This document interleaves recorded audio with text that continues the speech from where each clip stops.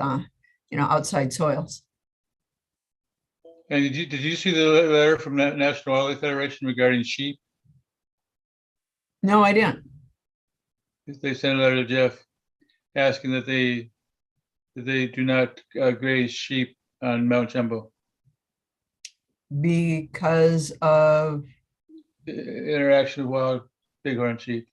oh, well, yeah, I don't have an answer to that other than we always work really closely with Wildlife and Parks, Fish and Game of state parks. That Or, was his response. okay. I know it's pretty hard to forego. I mean, that leaves us only herbicides I and know. hand pulling. I know. And we've got a big weed problem up there. That's an understatement. So it's hard to forego the tools. I mean, everything we do is a risk, right? Yeah. I'll talk to Jeff about it. I mean, we're certainly willing to, and people can bring the science and they can bring resources, we're gonna look, we want to look at all of that. It's not that we don't.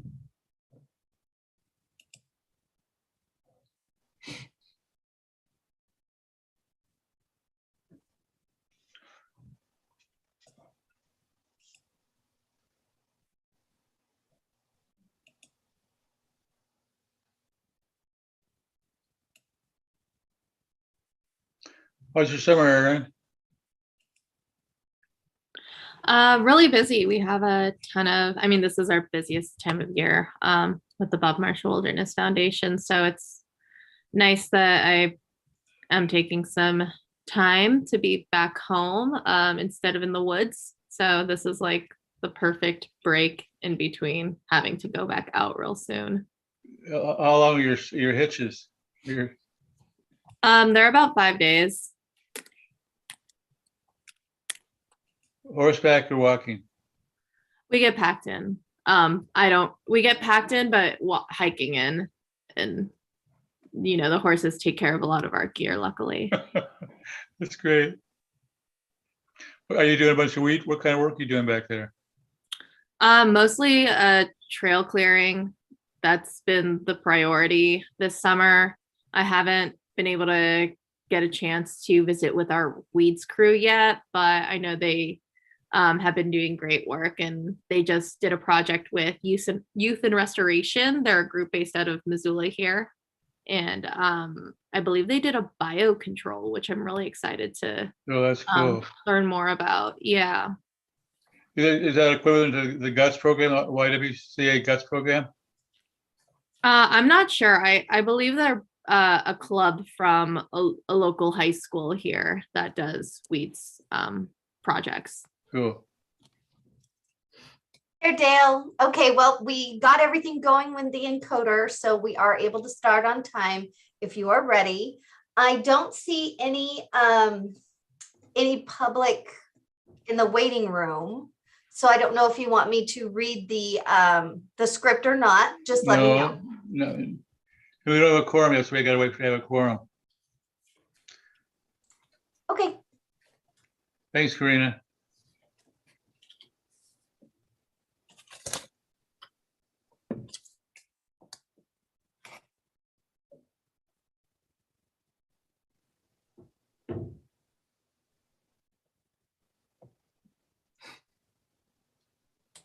Good morning, Graham.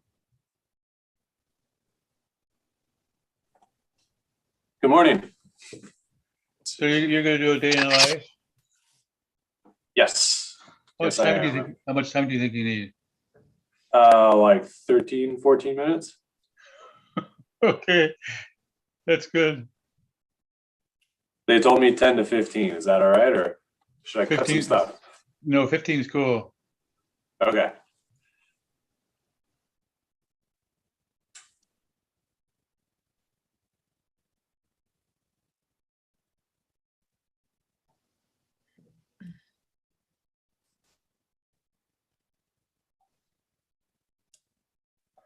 So we're missing Sam, Kelly, Charles, that's it. Charles is here. Margie won't be here. And John won't be here. I think they both had travel plans or something. Is Charles on the call? Yep, Charles is here. Boy, I don't see him at all. How do I? Oh, really? Wait, jump up and down, Charles. Is he not on your screen, Dale? I just found him, thank you. Okay. Thanks, Charles. It's also an exercise board. Hi, Jeff. Hi, everybody. Hey, Jeff.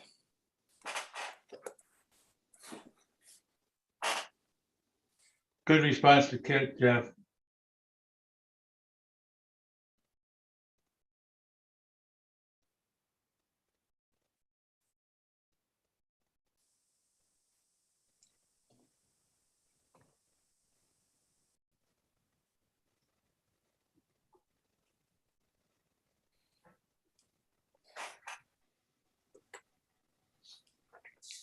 Here comes Sam.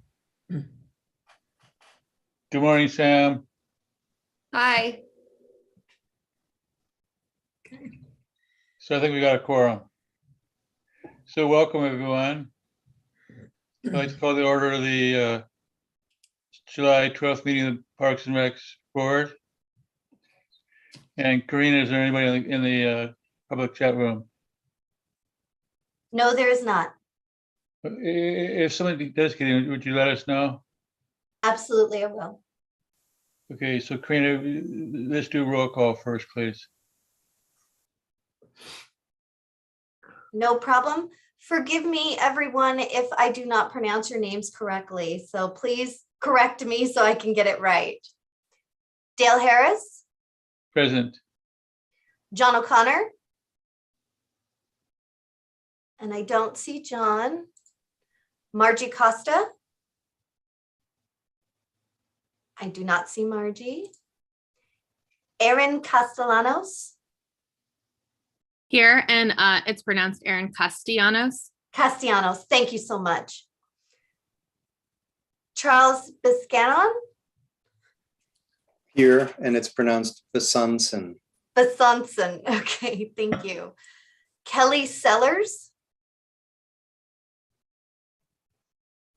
I do not see Kelly. And then Sam Duncan. Present. All right. Thank you, Karina. So we do a quorum. The first item on the agenda is approve the minutes. It'd be great to get a motion to approve the June 14th, 2022 minutes. Yeah, I would like to move that we approve the minutes, and I also want to congratulate the note takers because I thought they were very complete. And I agree, and thank you very much. And is there a second? I'll second. This is Sam. Thank you, Sam. Any discussion? Any revisions, deletions, additions? Hearing none, Karina, call the roll, please.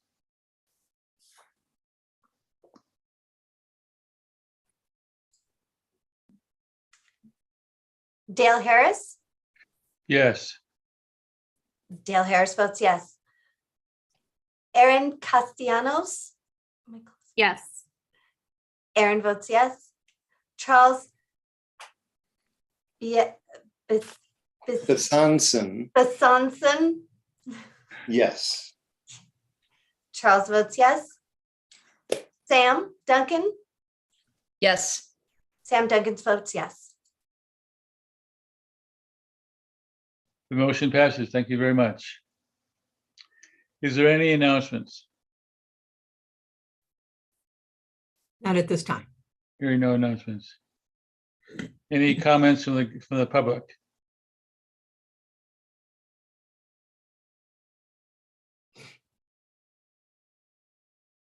Hearing none.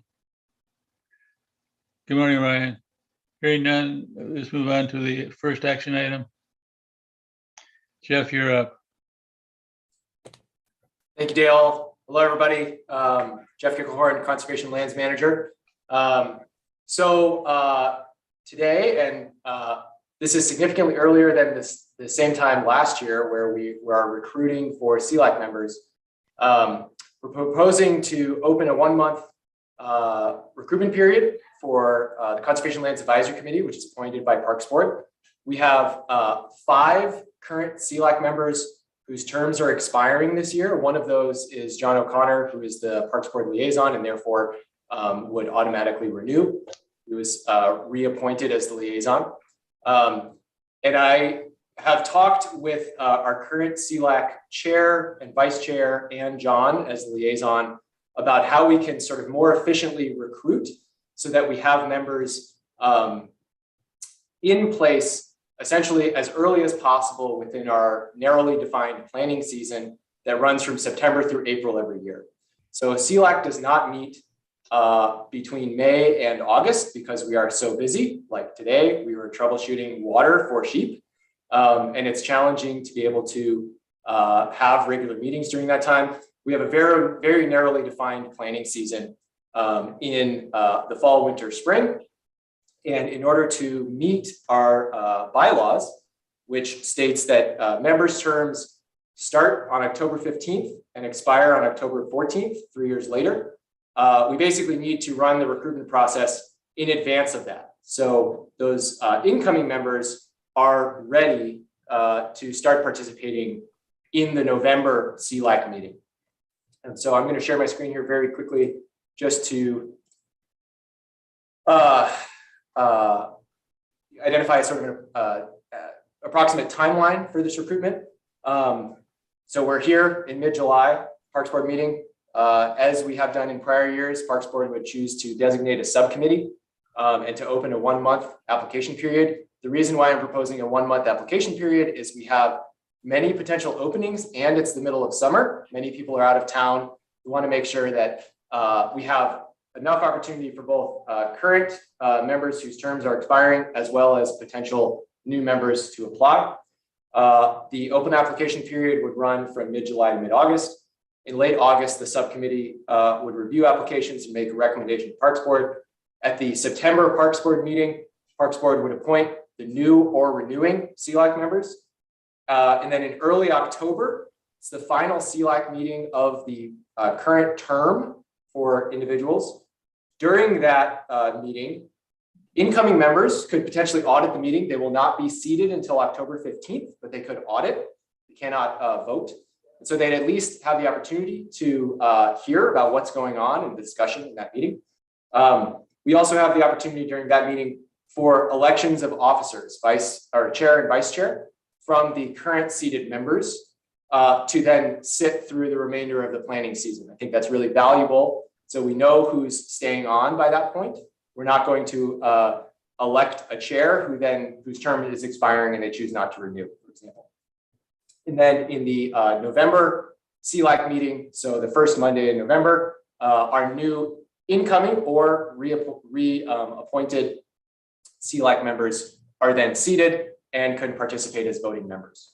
So that's, again, I've talked this over with chair, vice chair, and CLAC Parks Board liaison, and all are in agreement that this could work. We're trialing it this year, but I'm hopeful that we'll have some great folks apply for the first time, and we have as many people as are interested, or many current members as are interested, reapply to serve for another term. Sounds great, Jeff. So I'm interested in serving on that subcommittee. Is there anybody else here on the board? Now, I did talk to John O'Connor, and he's also willing to serve. And if I can add a little bit, so the subcommittee essentially reviews all of the applications that come in, right? And there's a staff recommendation that comes with that. And then the subcommittee sort of vets all applications equally with all other members that are currently seated on the board. So every year that terms expire, we are assessing, or Parks Board is assessing the composition of the board as a whole, given future planning efforts that are coming both that season and then in future seasons. And so I know in the past, this was before my time here, with sort of planned efforts or planned planning efforts that were coming, the composition of the board didn't have the expertise that it needed to provide recommendations. And so when a potential applicant applied with that expertise, they were strongly considered. Thank you. So do we, and is it your desire to have three board members on the subcommittee? I think that works. Oh, go ahead, Donna. I just wanted to add, Jeff, that the Conservation Lands Advisory Committee is the primary official and standing subcommittee of the park board, and the bylaws outline the areas covered. What we wanted to do is look at conservation lands as an ecosystem rather than each individual open space, which is how it was originally set up. And then the staff won't actually make a recommendation on who you select. The subcommittee will make a recommendation for a slate to help the park board look more thoroughly at ecosystem management as opposed to individual parcel at a time, because these are lands that are for all due purposes, they have to adapt in how we manage them, as opposed to a developed park where it's rather prescribed with how they get irrigated, mowed, and cared for and used. And so it's a pretty neat board. And we also have some standing members with Fish, Wildlife, and Parks and the U.S. Forest Service. So I would encourage 3 of the board members, and Jeff is a super vested staff person to help support that. And so will Karina or Cassie. When do you think we'll do it? When do you think we'll meet, Jeff? Hopefully before the September Parks Board meeting. So sometime in late August to early September. We probably have 3 to 4 weeks of a window there. So we need a third person. So anybody volunteer? I'll volunteer. That's great, Sam. Appreciate it. So now we need a motion for the 3 of us to be appointed to the subcommittee.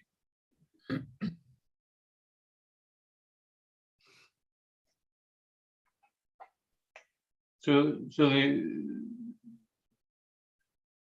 it's item 2.1 on the agenda.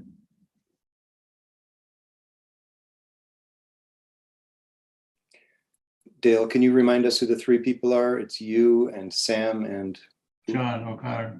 John O'Connor. Okay, I move that Dale Harris, Sam Duncan, and John O'Connor be appointed to the subcommittee. Is there a second? I'll second that. Any more discussion? Hearing none, Karina, call the roll, please.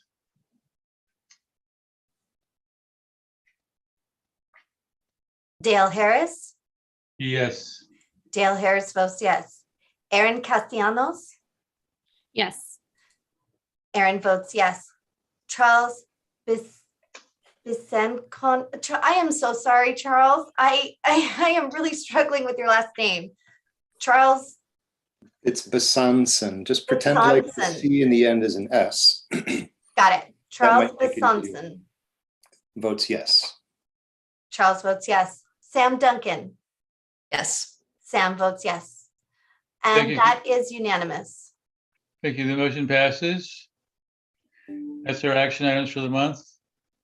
And if I can just add, I will let the board know as soon as the recruitment goes live so that you can share with anybody that you think might be appropriate. That's great, Jeff. I'm also going to plug, we do have a CLAC field trip scheduled for next Monday from 4 to 6 p.m.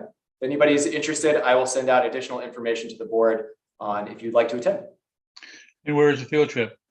The field trip is on Sunlight, the Rattlesnake Corridor, and the Powerline Corridor at the north end of the Rattlesnake. We're going to be looking at invasive species. So one of the topics to discuss next fall. And so we are sort of preempting that with a field trip this summer. That's great. So you let us know in advance. Correct.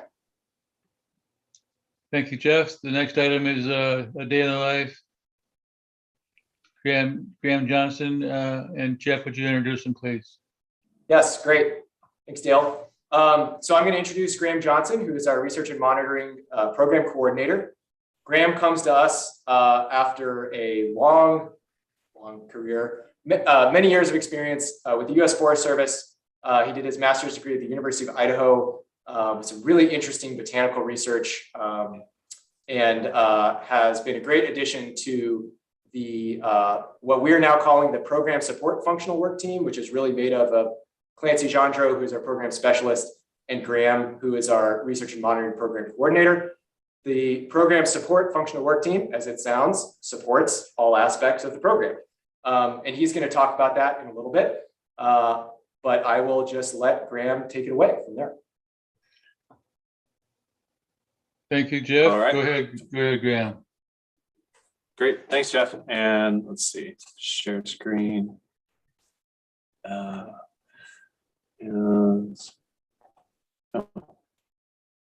let's see, can you all see that?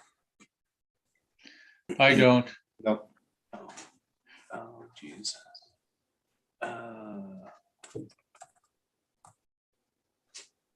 Why is this not going now? Graham, were you let in as a panelist? I'm assuming you were. And then Karina, can you I think make so. you can share? Karina, will you double check if there's anything on your end? And slideshow. There's So- Jeff. Jeff's lurking behind Graham. So screen two, select screen two and share. I can change Try it this. to Hmm. a, Try that. oh, there we go. You got it. It's coming. Okay, Got it. All right, So you should be. take it away, Cool. Graham. Here we go. we're all good now? All right. Yeah. Yep. Great. Thank you all for inviting me to present today. I appreciate the opportunity and welcome to my presentation on Day in the Life of the Conservation Lands Research Monitoring Program Coordinator. So Jeff kind of went through a little bit of this already. Just a quick slide about myself. I'm originally from Indiana, spent 11 years in central northern Idaho, western Montana. Started primarily as a botanist for the Forest Service for 7 years, completed a master's of biology, Bachelor of Science of Biology in 2018 from the University of Idaho, studying high elevation plants in central Idaho and western Montana. Did a couple of years of botanical contracting, and I've been with the city now for 1.5 years. And what you've all been waiting for, the most important bit of information, my favorite plant family is Ericaceae, showcasing some of the neatest and my favorite species here. So what exactly does the research and monitoring coordinator do? My role is to essentially equip conservation lands staff to better implement directives of the 2010 Conservation Lands Management Plan. And I do that primarily through this kind of diagram you see on the right, the adaptive management cycle, which is essentially plan, you evaluate, adjust, and learn for future plannings and actions. And I've highlighted in kind of red boxes where my role is in that cycle. I help identify performance indicators during that planning period, establish monitoring protocols to track those indicators. And then when the action is implemented, I collect data, evaluate how well the action is meeting our desired outcomes, and then analyze that data. We can use that to then adjust the action or to learn something new and create a new action in the future. And this is all in alignment with Conservation Lands Management Plan recommended goal number 7, evaluates results of management strategies on conservation lands and adjusts management for desired results accordingly. I also conduct initial parcel inventories and also upkeep of past inventories, where we're looking at all prehistoric and historic presence on the site. We look at all the natural resources on sites like soils, geology, habitat types, flora, fauna, invasives, species of concern. Look for cultural resources, built infrastructure, start establishing some monitoring and identify future needs, and then make actual management recommendations for each parcel's management plan. That photo on the left is from Fort Missoula Ponds when I began that inventory last summer. This is in accordance with the recommended goal number 1 in the management plan of complete and maintain an up-to-date inventory of each land parcel, prioritizing its conservation values. And so these next few slides are just kind of examples of some of our projects that we've got going or just kind of wrapping up. And some of the figures have quite a bit of information on them, like this table on the right. I don't necessarily want you guys to like pick apart all the data in it, but I'll point out and explain the takeaways I want you to get from those figures. The first project I want to bring up is our long-term baseline vegetation monitoring. We have two suites of transects that we do for this monitoring. We have inundated plots, and then we have pristine plots. And data is collected for each suite of transects every 3 years. Last year, I did the 6th year of data collection for the inundated plots. And right now, actually, my assistant and I are collecting the pristine plots. And so these photos on the left in this data is from the inundated plots with last year's data. These photo points on the right are just looking up and down to the transects, and you can kind of see some of the trends on that plot 25, the leftmost plot has actually progressed from a more inundated site to a more pristine site, a more native plant community. While the plot 21 has kind of done the opposite, where you can see like an increase in invasive species. I think I might have failed to mention that inundated plots have 75% or greater exotic species presence, while pristine plots have 25% or less exotic species presence. And this table on the right shows the percent change for our inundated plots. You can see the sites that they're at on the left, and at the top, there's various plant functional groups. The key takeaway for this is that percent change is tracked with a color scheme there of the darker the red color that you see, the more that particular site for that particular functional group has showed a trend towards undesirable condition, while the more teal colored is tracking towards a more desirable plant condition. This tracking of these trends is in alignment with recommended goal number 3, maintain the habitat types and vegetation types on conservation lands, including special plants and habitat types. The next study I'd like to bring into the presentation is one on deer browse and passive restoration in our riparian areas. Urban centers in general have a problem with unprecedented and unnatural amounts of herbivory pressure from deer. And we see a lot of impacts on our woody species, in particular in our riparian zones, on our conservation lands. And so we created a study to actually kind of track and see, evaluate how well a passive restoration strategy of making kind of long, thin, narrow exclosure fencing would work in some of our areas. And this study lasted for 5 years, just ended last year. But you can see in the photo on the left, there's a control plot right there with basically no other woody vegetation recruiting and coming up. It's just being eaten by the deer as soon as it begins to sprout and grow. While the plot on the right, or sorry, the photograph on the right shows a plot with orchard fence on there. And if you look kind of towards the back in there, you'll see there's a bunch of trees, cottonwood trees in particular, that are growing up over the fence height, which is 6 meters, which is generally considered the browse height for deer. So anything over 6 feet, 2 meters, anything over 2 meters, the deer can't get to.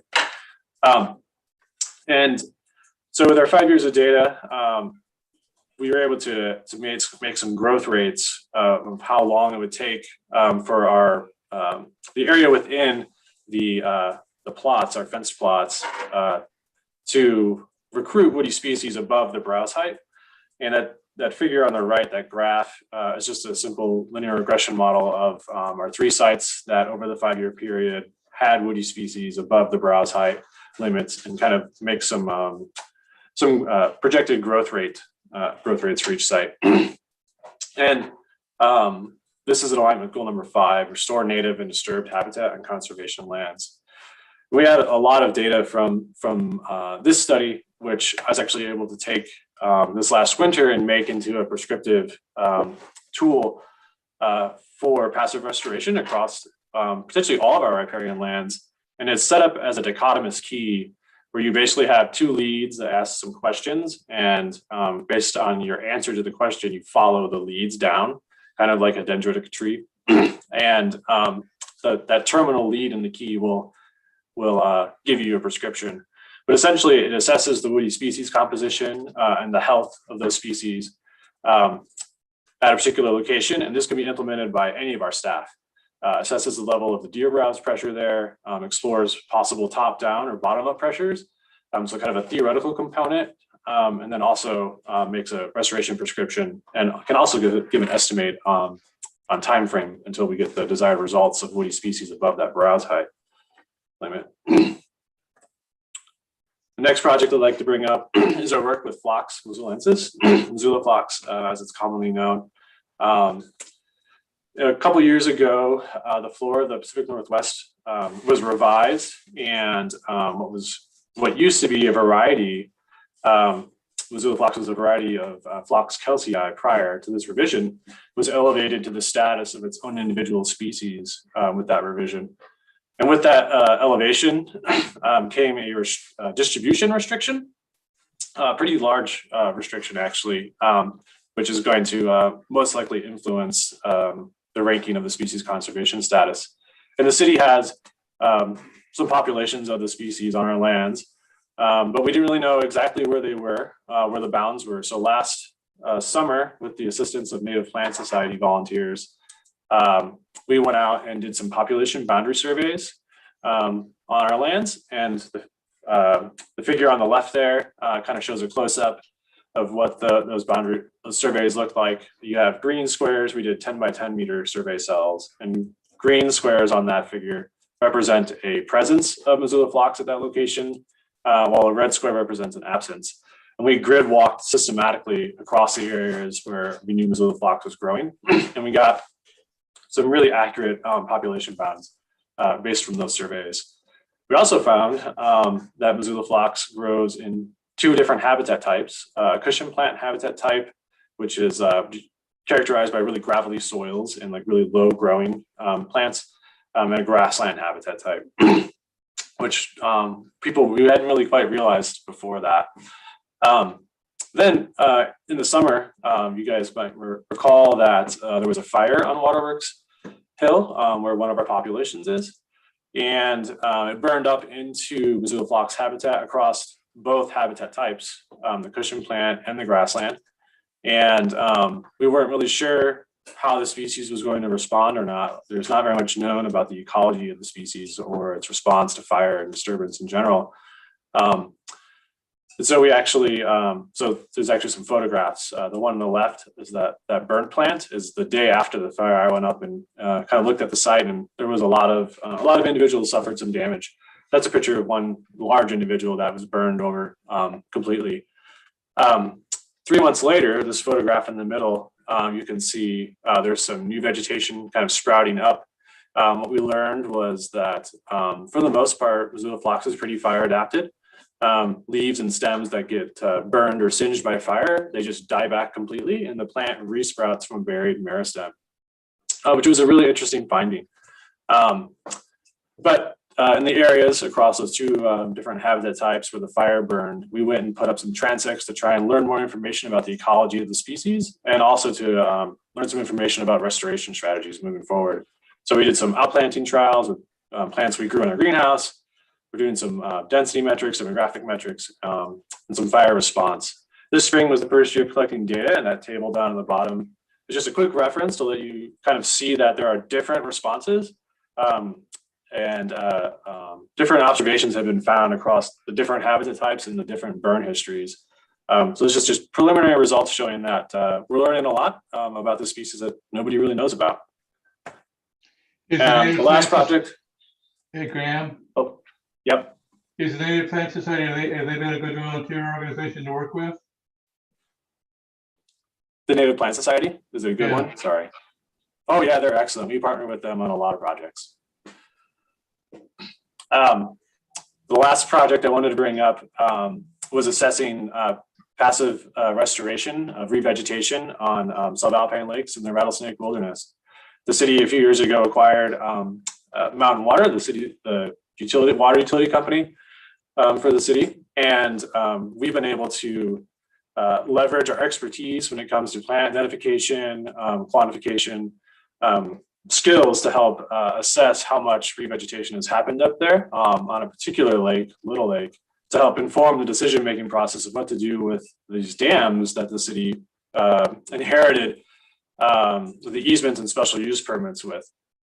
And so this little lake that we went to last year, its dam was breached in 1996. And so we kind of get this unique window of different water fluctuation zones on that lake that could be informative for other lakes, decisions about other lakes.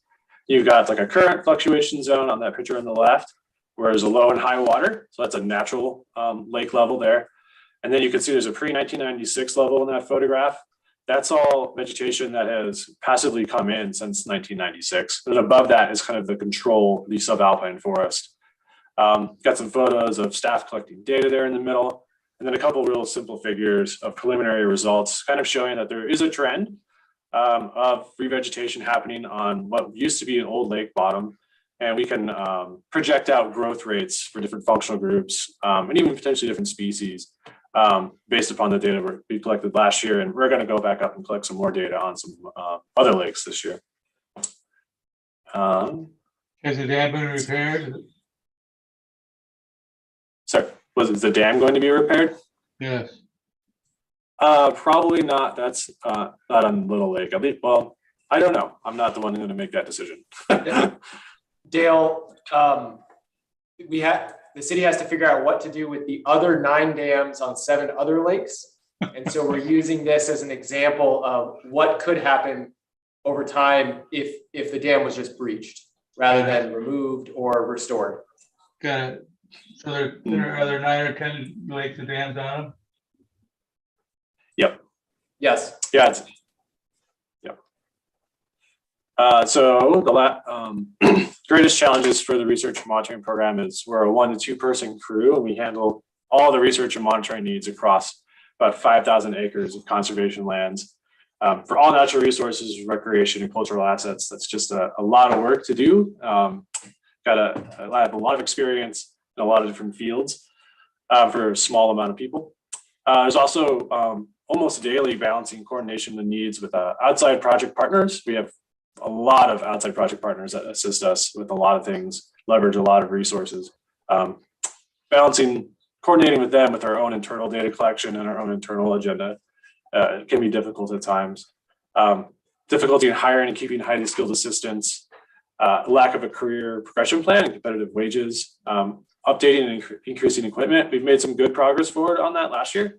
We've still got some room to go, and then lost or poorly recorded protocols and projects over the years. Greatest opportunities, got lots of room to take the program in new directions. We had many large long-term projects come to a close last year.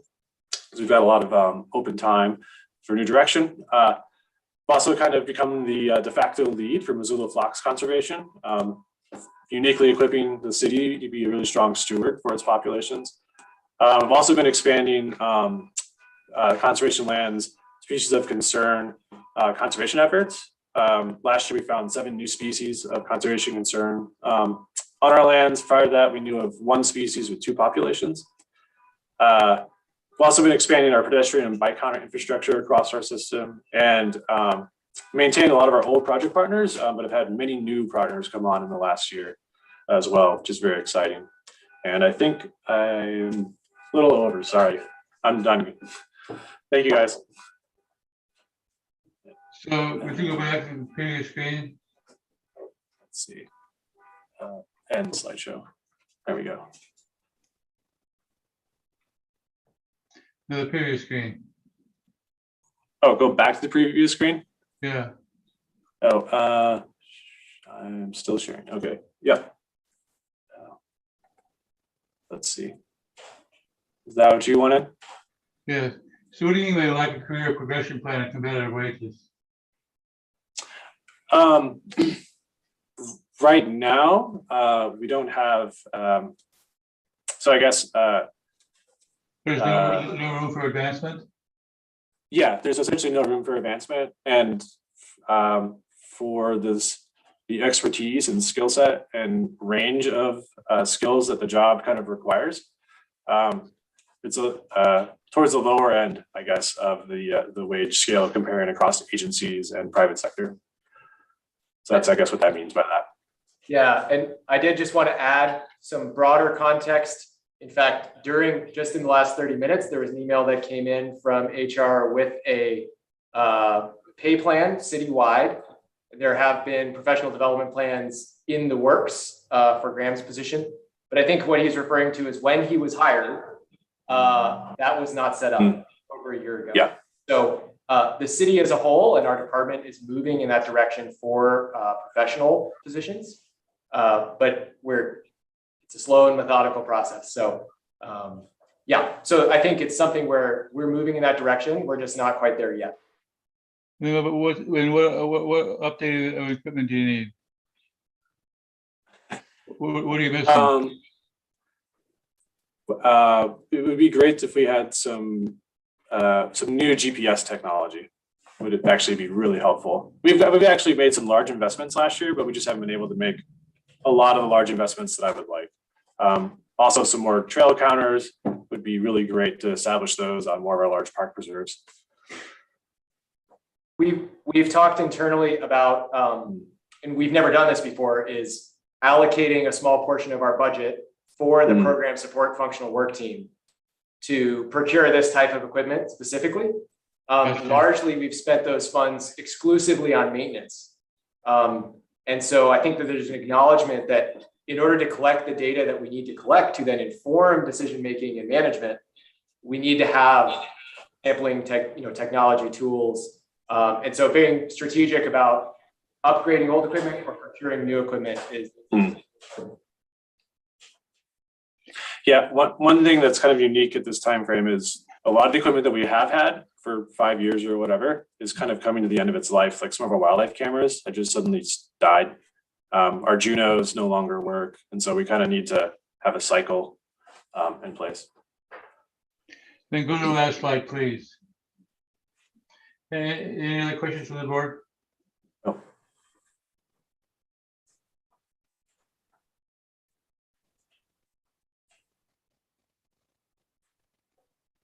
Can you give me some examples of project partners? Sorry, I don't think I heard that one. Could you give me an example of? Of a new project partner? Yeah. Yeah. Last year for Fort Missoula Ponds, there's 2 unique water resources, open bodies of water, year-round bodies of water in the Missoula Valley. And we don't have herpetofauna expertise, so expertise in reptiles and amphibians. It's something that we don't have a lot of in-house. To go out there and actually thoroughly survey for all the species, be able to identify all stages of life accurately and well. And so actually I just reached out to experts at the university, professors, and established a connection with Dr. Arim Gomez to go out and do surveys at Fort Missoula Ponds. And so he actually went out there and did that. And we've, through that relationship, he's had other students doing avian as well as herpetofauna surveys, send us proposals to do research on our lands at Fort Ponds as well. And so we're actually gaining a lot of information from him at that particular site as a new project partner. And then I guess 2 others that have come through relationship with him. That's just a quick example. That's exciting, Graham. Mm-hmm. Any questions from the board? Ed, there, Erin, did you have a question? Oh, it was more of a comment, but yeah, just seems like you're doing great work, and thanks so much for your presentation, Graham. It has been super informative, and I'm really excited to see how some of these studies expand. Thanks, You're Erin. welcome. I want to give a shout out to Graham and our conservation lands program and Jeff. I think, it's pretty common at the federal and even state level to apply a lot of scientific research to your management and make adaptations, but I don't think it's always that common at a municipal level. And so we're really proud of our program and do want it to continue to develop and grow. I agree entirely, and thank you, Donna. And thank you, Graham. Any other questions for Graham? Hearing none, we'll move on to the next agenda item. FY 23 budget CIP ranking. And then Ryan, you're up. So as Ryan posts the information, just a little bit of food for thought. We recognize that our budget is extensive and complicated and multifaceted, and we have made staff recommendations based on input from the employees, the employees that are here year round, as well as the responses we get from the public and what our evaluations or adaptive management tells us, in addition to opportunities that we may have with other grants or other partners. And so sometimes when you see a project advance, especially in the capital improvement program ahead of another, it might be because we have an opportunity with an urban renewal district, a private foundation, some sort of government grant. And so what we try to do is have several projects ready to go so that when the partnership opportunities avail themselves, we can jump on it. Ryan will give a little bit of an introduction, and we did move this into discussion. In the past, the board has done everything from specifically ranking to more, this makes sense, and it with our strategic goals, and we, consensus support the budget without any real formal action, just your comments. And so council technically is the only adopting body of the budget. So I just wanted to kind of put it in perspective for the board. Thank you, Donna.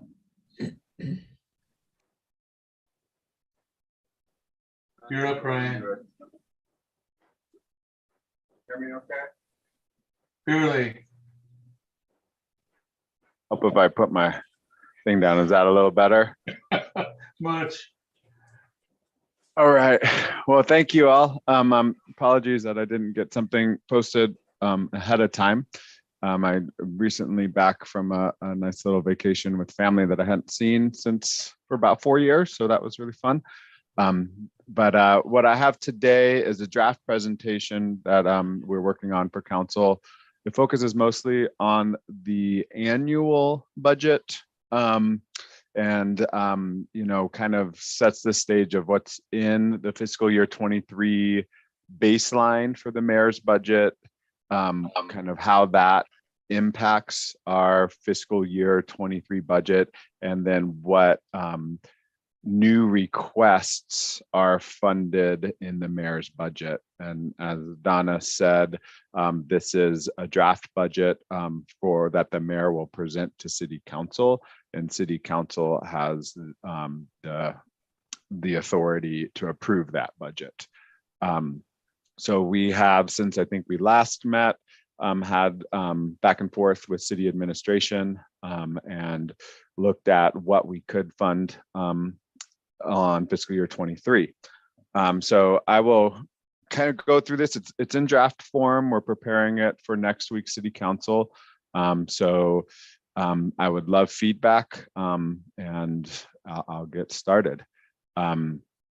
So we start kind of at our city, our Missoula vision, and we'll look at our priorities at the mayor's level and the park board level. But the city of Missoula vision is an inclusive city where all people can live and celebrate meaningful, purposeful, fulfilling lives in a community offering unparalleled recreation, cultural, and entrepreneurial opportunities.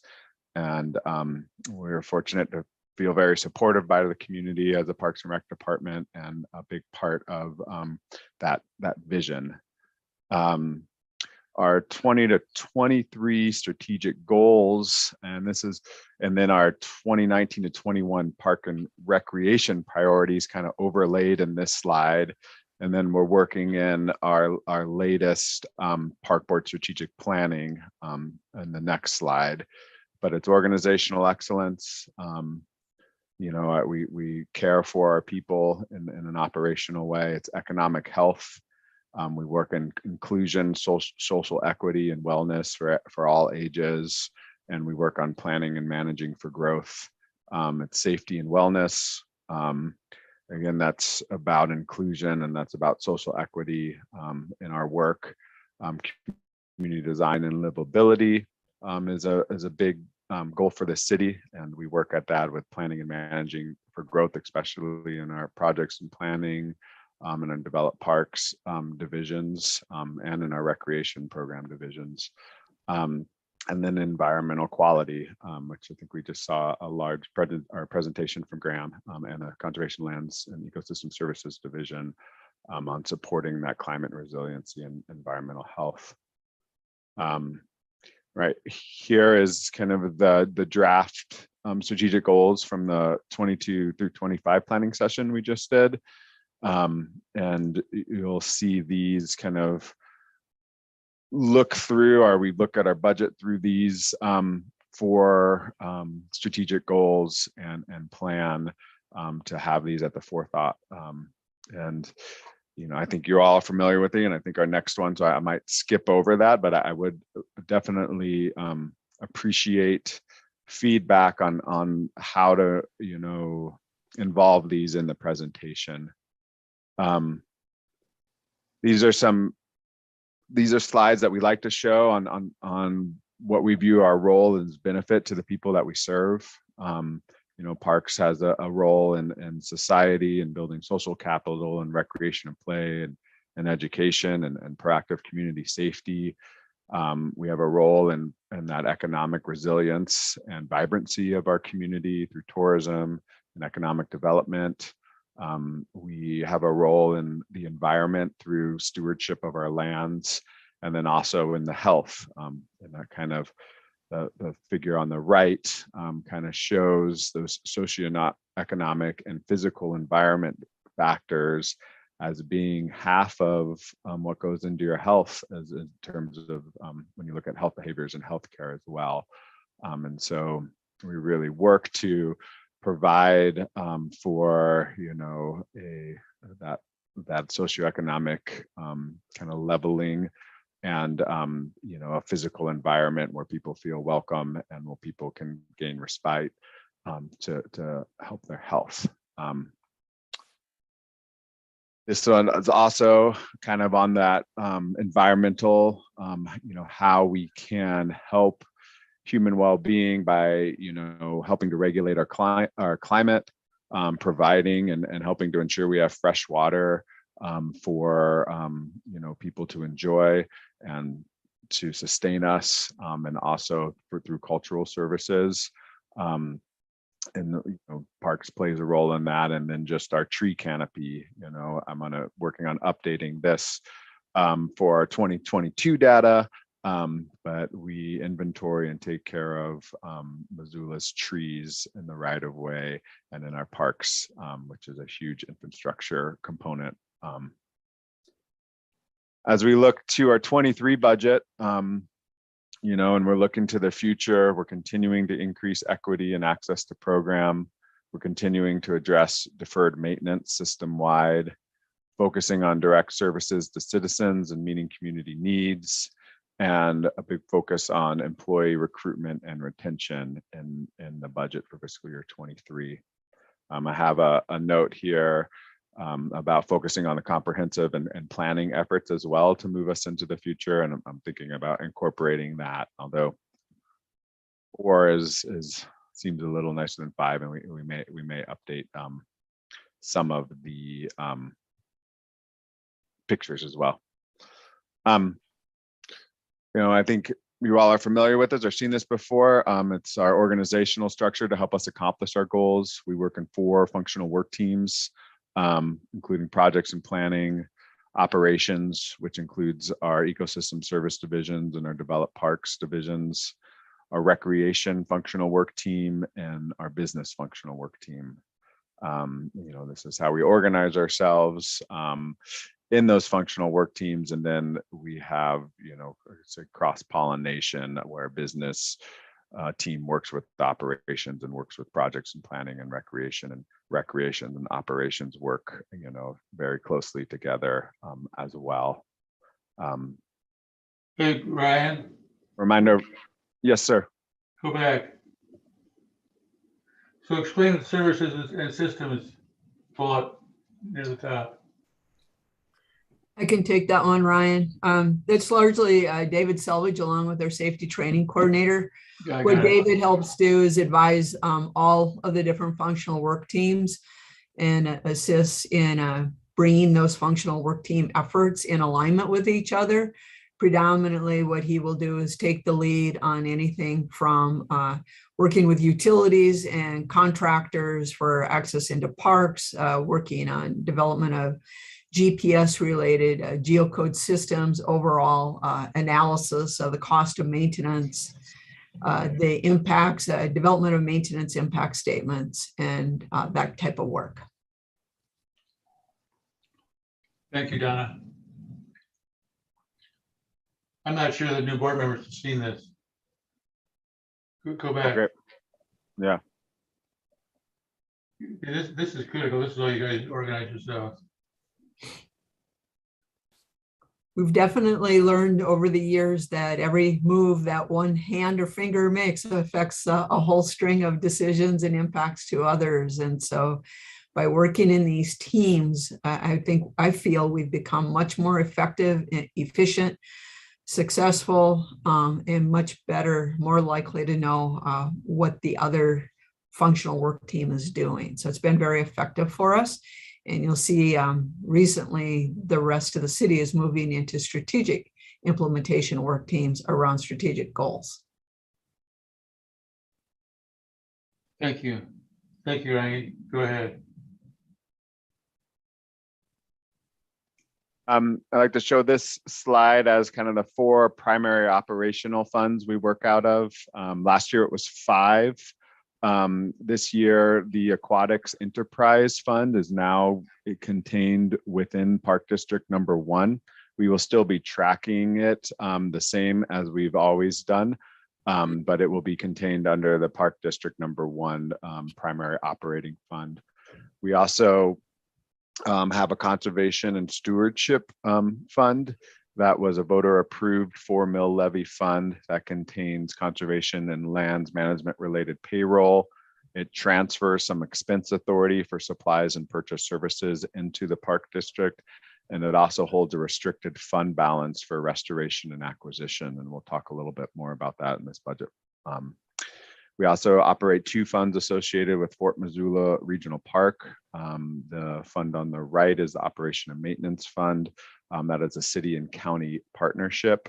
Park District transfers some funds into the 1221 and the county transfers funds into the operations fund to make that fund. And then we do the baseline operations and maintenance of 1221 out there and also help serve all of the shelter rentals and the ball field and making sure that it's ready to be played on. Then we operate a fee-for-service fund for our recreation programs out at Fort Missoula Regional Park. And that is a self-contained fund that operates on fee-for-service, and we'll talk more about that. These are kind of our primary funds. There are other funds that we work with, and kind of our memorial fund that will run some grants through and holds our scholarship, which we'll talk a little bit. We also operate an enterprise fund, which holds some incoming fee revenue transfers into there to make sure we can do capital, our smaller equipment, keeping our equipment up to date and things of that nature, and a cash in lieu fund that is kind of a state mandated fund. But these are annual operation funds are our primary ones. And they all carry To show these 2. So go back. Yep. So these are all carried Yes. forward. In general, yes. Park District number 1 does have a fund balance that carries forward. It's a component fund of the general fund. So, but thus far it has been a carry forward fund. The Conservation Lands and Stewardship Fund holds fund balance as well as the other 2. Correct. Thank you.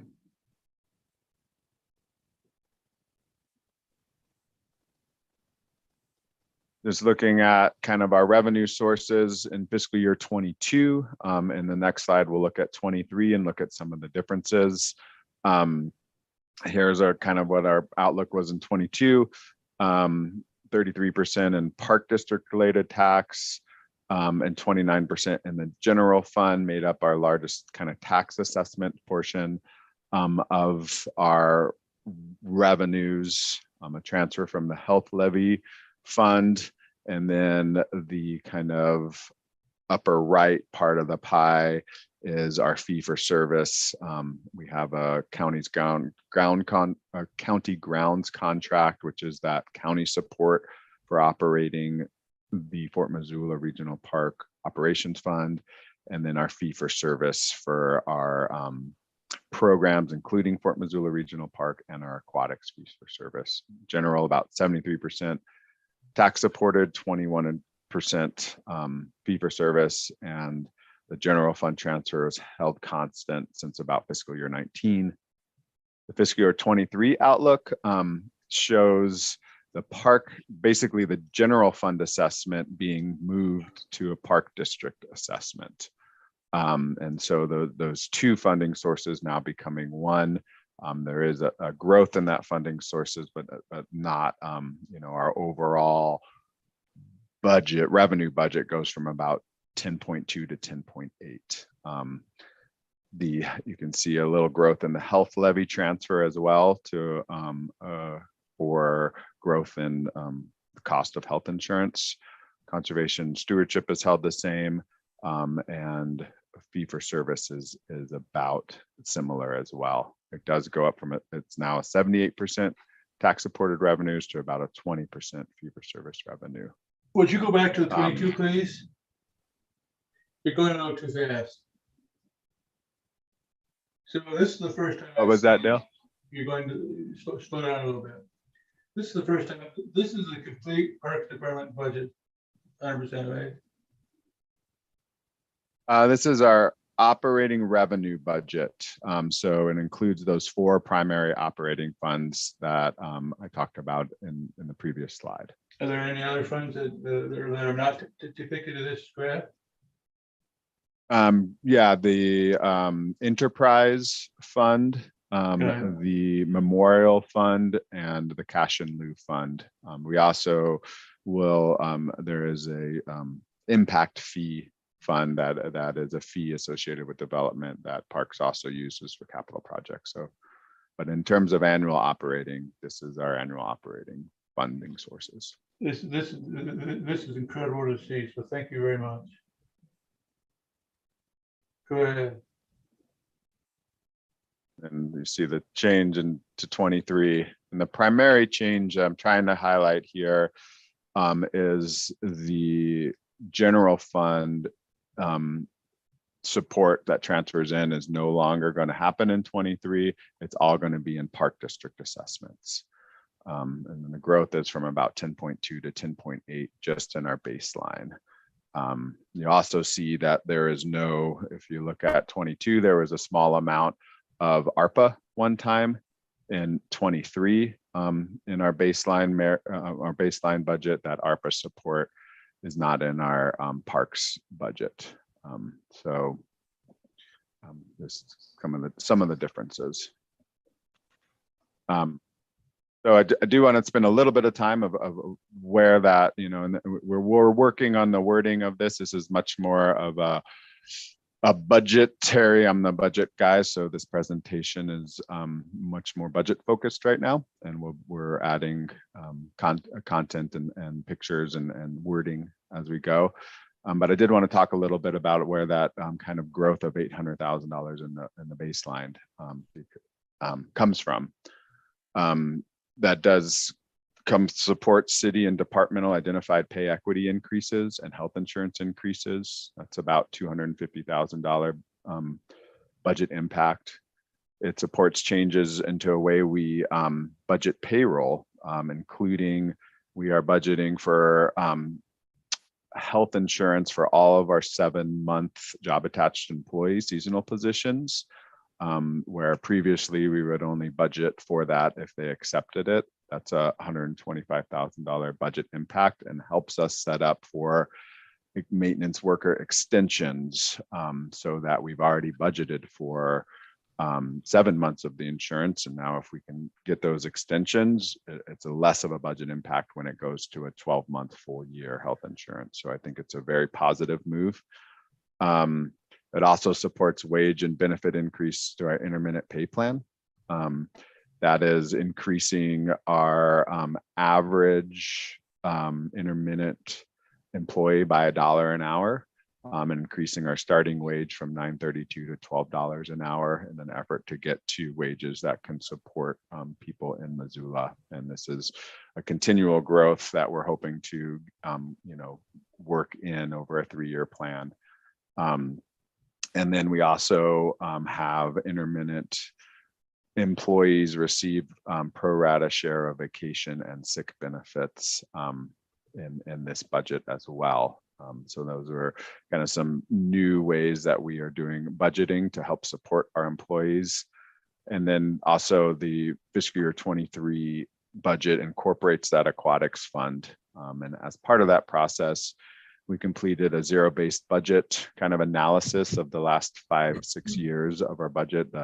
Shirley, the recreation superintendent, and myself worked through that. We identified about $50,000 in supplies and purchase service savings out of our budget that we are budgeted for, but when we look at trends and analysis and incorporate really historically high inflation, we're still able to come up with about $50,000 in savings. We reallocated funds to really get a restricted $60,000 per year cyclical maintenance activity started associated with aquatics, which will help us, reliven our 17-year-old facilities and reinvest in those the cyclical maintenance. And as part of moving aquatics into the Park District no longer will transfer funds to the aquatics funds because it contains it, and it can help balance a structural imbalance to the aquatics budget that's annually. And so that's budgeted about a $225,000 budget impact. It's important to note aquatics still has our best in-state fee recovery. From our research that we've done, we're budgeted to recover about 71% of expenses through fees. This year, as we'll look at it, we recovered about 80%. And so we typically, exceed our budget numbers. And so that kind of incorporates it. But I wanted to just look at our baseline and where those increases are coming from.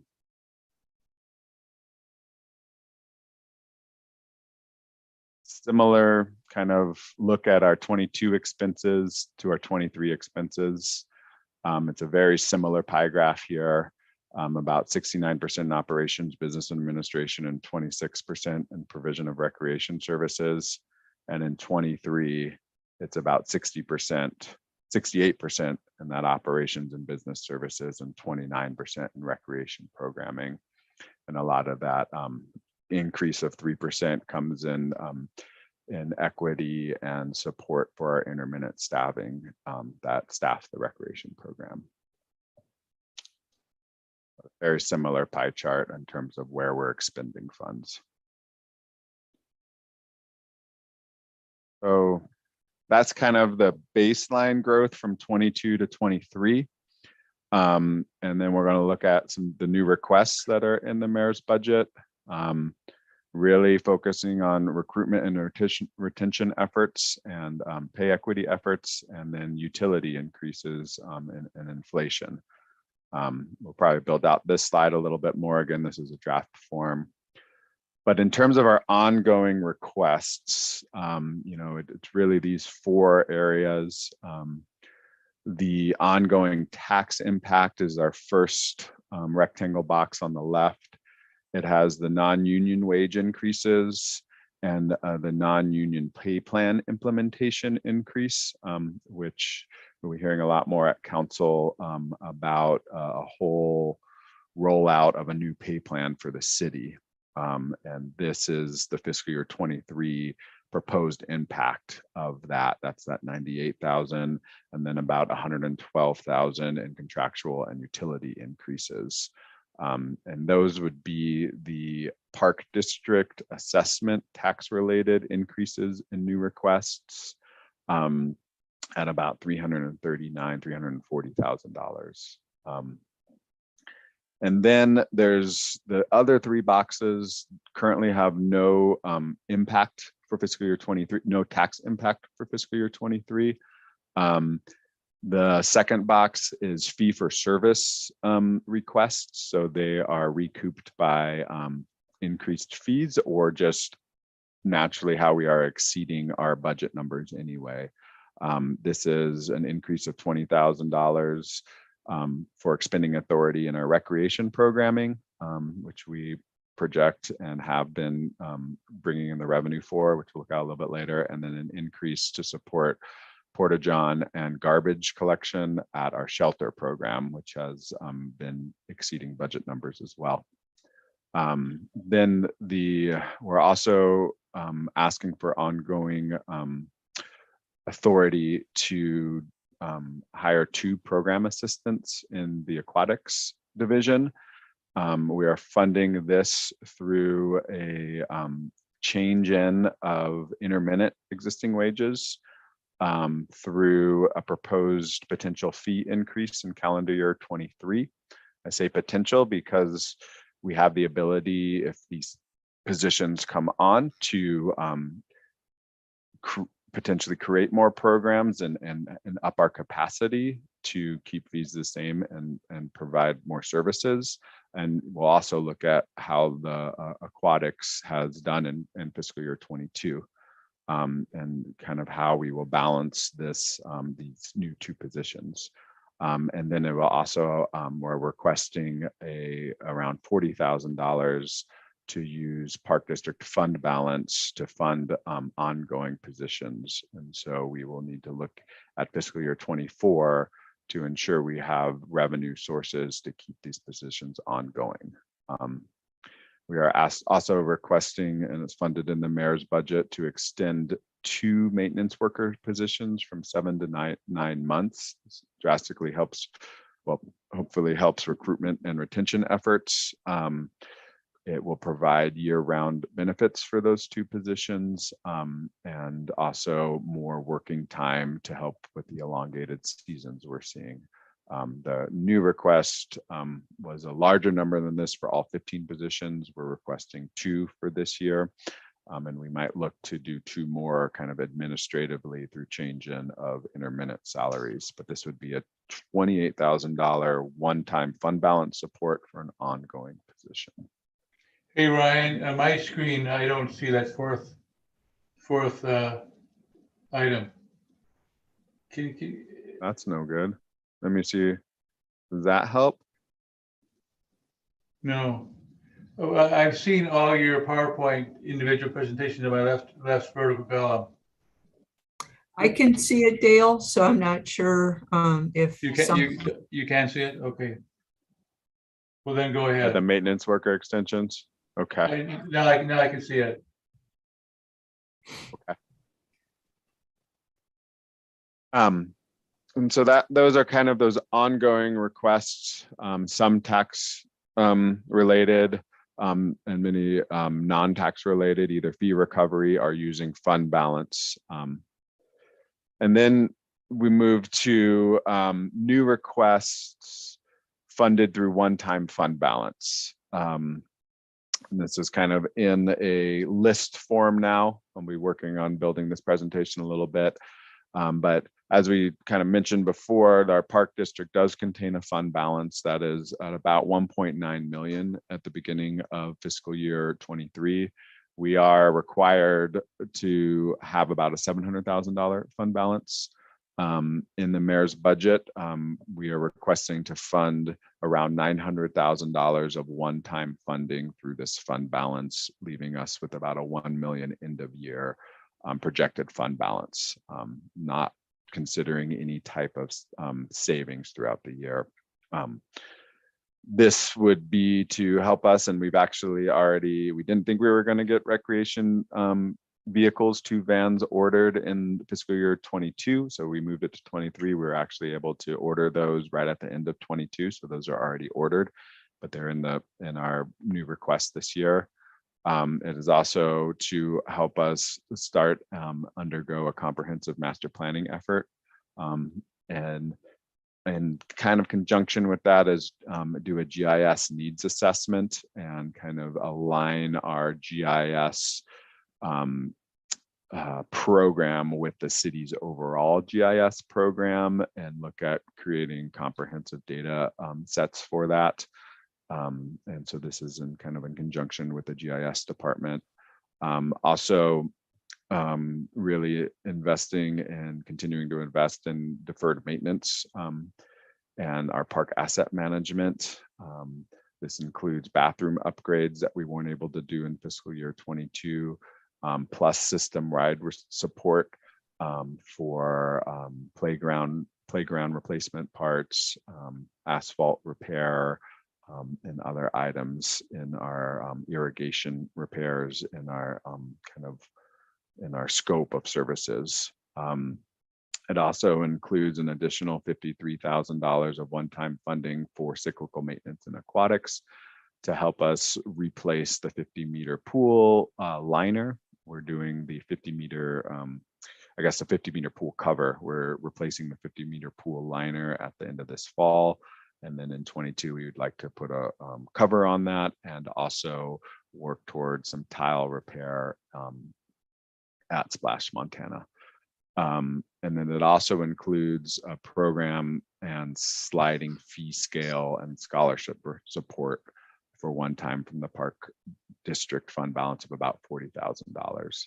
And then I also wanted to highlight those ongoing requests funded through park district fund balance, really focused on direct service and safety and recruitment and retention for 2 senior season extensions for maintenance workers and 2 aquatic program assistance.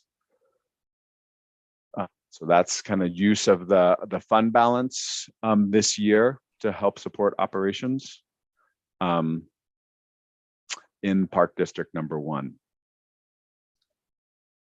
And to look a little bit at where we're at with the Conservation and Stewardship Mill Levy Fund.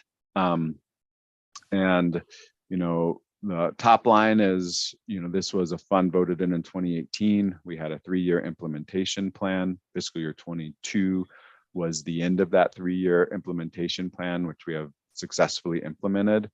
And we are continuing to build a restricted fund balance there. We're looking at fiscal year 22 and the Conservation Stewardship Mill Levy and fiscal year 2023 here. Where the value of this 4 mill levy is continuing to increase a little bit. In 22, we added a 0.77 FTE maintenance worker. We grew the recovery and acquisition fund balance to about $480,000. This year, we're starting to pay off debt service on capital equipment that we have kind of set aside, two vehicles and some small equipment. And so that's starting to work in, and we've already set aside that chunk in our fund balance to pay for it, but now that's coming to fruition, and 3 to 7 year debt service requirements. We also are looking to use the Conservation Stewardship Mill Levy Fund to fund half of a 10-month maintenance worker position. In fiscal year 22, it funded a little bit of this maintenance worker position, and it would be a shared ecosystem services maintenance worker position to work in both conservation lands and urban forestry. By funding half of it out of the conservation lands and management fund, we will be looking then to administratively trade in some park attendants to make that position whole in fiscal year 23. We also have a small increase to our front country ranger contract that we are requesting to fund out of the Conservation and Stewardship Mill Levy. You can see in the pie graph that would add about 3.5% of funding sources, still maintaining 4% of our fund to go into fund balance. When this fund was initiated, it was I think a minimum of 10, but 10 to 15%. We wanted to hold back every year to grow the fund balance. And at the end of the year, we're projecting about a $640,000 fund balance in the Conservation and Stewardship Mill Levy Fund. Just a couple of things as Ryan goes to the next slide. We have about 45 minutes left. And when we talk about trading in people, we're not actually trading in people. They're vacancies that we've not been able to fill because of their intermittent or short-term worker status. And so we're taking those FTE equivalents and using other FTE short-term worker equivalents to get to a position that might be workable for a employee to be able to successfully live in Missoula. Most of the changes and additions in our budget are really related to providing for the staffing needs to meet the mandates per the strategic priorities and per safety. The other thing I wanted, there's 2 reserve funds. One's with Park District. Those are largely result of vacancy savings or inability to spend funds because of our vacancies. So we're able to retain those and apply those to projects the following year. And that was intentional when the Park District was created with the general fund transfer in. We will be no longer receiving that general fund transfer in. It'll be replaced with Park District funds. The Special Reserve Fund and Conservation and Stewardship Mill Levy is a set aside, a look ahead set aside so that we can do reclamation projects or do special projects around acquisition when the Open Space Bond Fund runs out. It certainly won't be the panacea forever, but it's a good positive glimpse into the future of how we might be able to fund ongoing sustainable open space acquisition, restoration, as well as routine maintenance. Thank you, Ryan, for giving me a chance to step in with those. Hey, Ryan, how much more time Thank do you you. need? I think for this presentation, about 10 more minutes. How much? About 10 more minutes. Okay, go ahead. I can quicken it up if that's what's Actually, needed. I That's fine. don't think you should. But again, I'm only focusing kind of on annual here. There is the capital component of our budget, but the presentation is on the annual budget for today. I wanted to spend some time talking about our aquatics youth programs and our Fort Missoula recreation programs. Key highlights is a tremendous growth in scholarship and sliding fee scale. Our youth programs continue to grow. Our aquatics programs are back to pre-pandemic numbers. Fort Missoula Regional Park and the recreation is setting a record year, and we're exceeding fee recovery goals in all areas. So we're kind of busting at the seams in our recreation programming. A look at our growth in scholarships and after school. We increased in fiscal year 22 the amount awarded by over 145%. We awarded 350 scholarships. That helped with almost 400 youth program enrollments, over 100 swim lesson enrollments, and over 363 swim passes. And these are either anywhere from 10 to 30 punch passes. So it's not just visits, it's, those passes. Then our after school and out of school fee program helped Missoula community members with over 6,000 program enrollment days, and it provided around $40,000 in fee reduction. This cost was offset significantly in fiscal year 22 by the American Rescue Plan Act reimbursement. And it allowed us to keep our scholarship fund balance at a good level. Around 130,000 is projected at the end of this year. But we are up to about 100,000 annually if we're going to continue to provide fee reduction in the after school and out of school programs and award scholarships at the level that we're awarding them now. So that provides us about 2 years of balance. In typical years, we earn around 40,000 of revenue from our license plate sales, from a county transfer of about $6,000, a city contribution of around $10,000, and then some miscellaneous funds into. So we're setting ourselves up for, expending more than ongoing revenue support.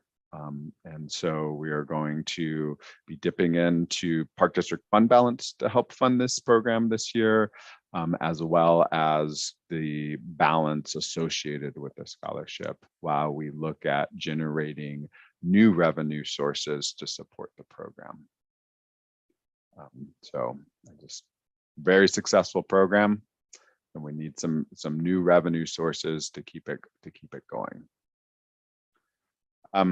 I just want to spend a little bit of time on recreation services. This is our aquatics look. Like I said, our program and admissions attendance is up to 130,000 unique visits.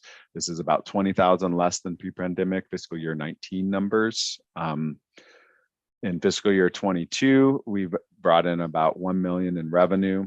Our revenue budget is 1.17, so just a little bit short, but you can see that we did not expend our budget. So we spent about 1.23 million on a 1.5 million. So we achieved an 81% fee recovery, and we're budgeted for a 76% fee recovery. Our fiscal year 23 baseline, now incorporated in the Park District, is again that 1.17 revenue budget with a $1.65 million expense budget, growth in employee intermittent salaries, growth in classified salaries, and inflation is hitting our expense budget here.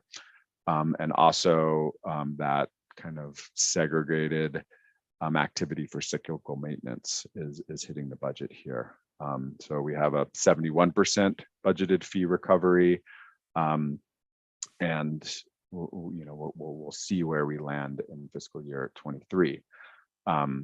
You can see on the right, you can see kind of the pandemic impact in the fiscal year 20 and 21, and then in fiscal year 22, kind of much more mimicking that pre-pandemic level, and after the city contribution actually ending in a positive fund balance territory.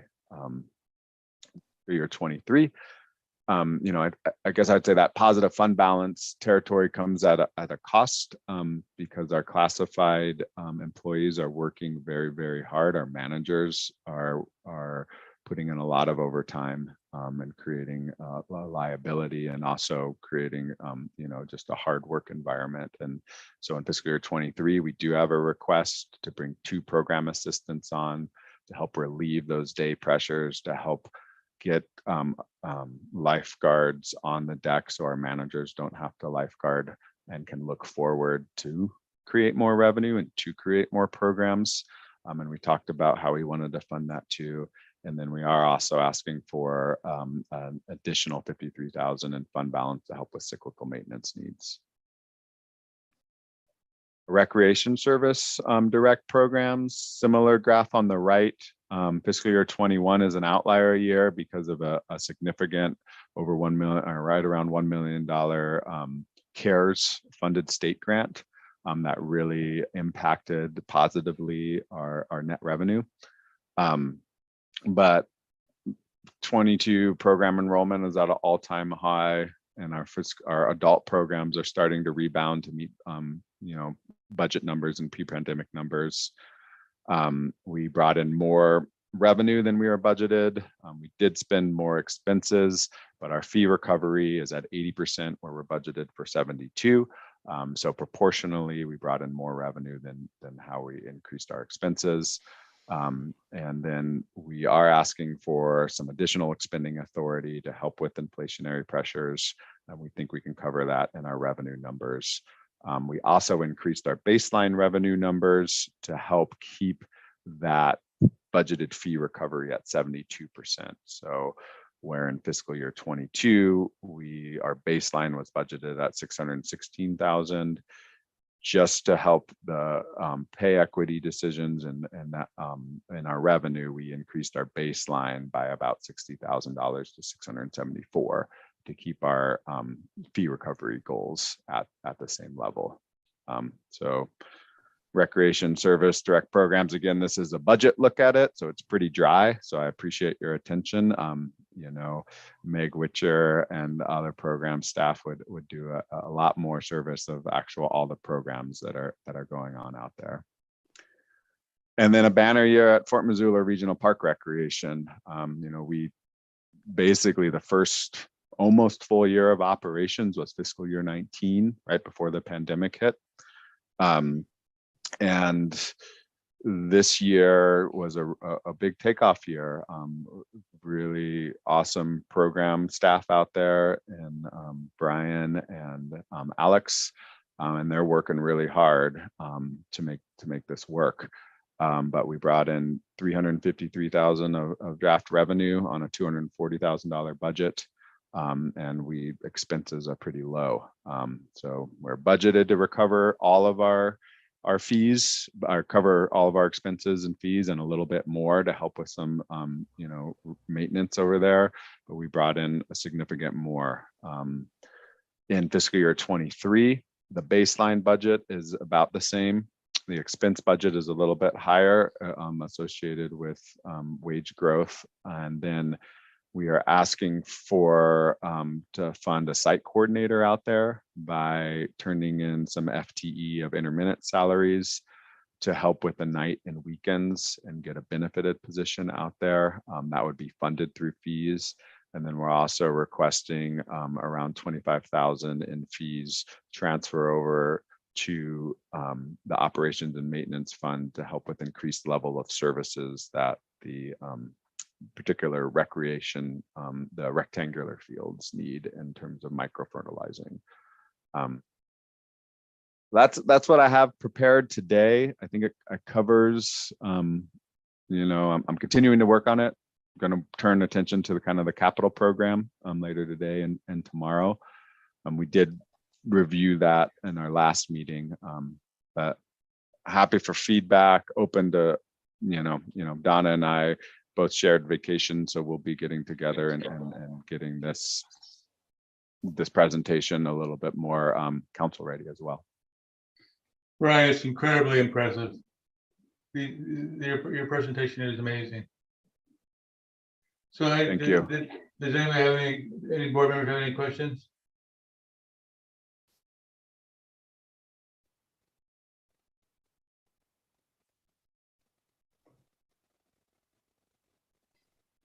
So you're going to do the CIP next? I can go ahead. I don't mean today, but there'll be a presentation in the near future. We'll do that in August. Correct. Yeah. Yeah, and it's similar to kind of this and then some of our new CIPs. We did just get some positive news on our EDA grant potential that we should be seeing contract documents pretty soon, and then yeah, so we'll be working towards that in August for sure. So Ryan, just for clarification, the EDA grant is the Cares Park river access, correct? Correct. So any board members have questions for Ryan?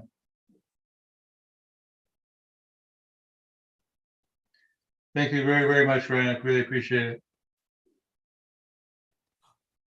So the next agenda item is the strategic plan review, and Charles is taking the lead.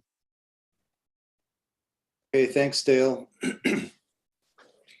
So maybe we should start by Donna. Can you just review for us what we're doing with the strategic plan, what's happened thus far, and where we are right now? Absolutely. So the existing or current strategic plan is past its date, as Ryan referenced it. It ended in 2021. Not that that means that visionary goals go away. They don't change significantly.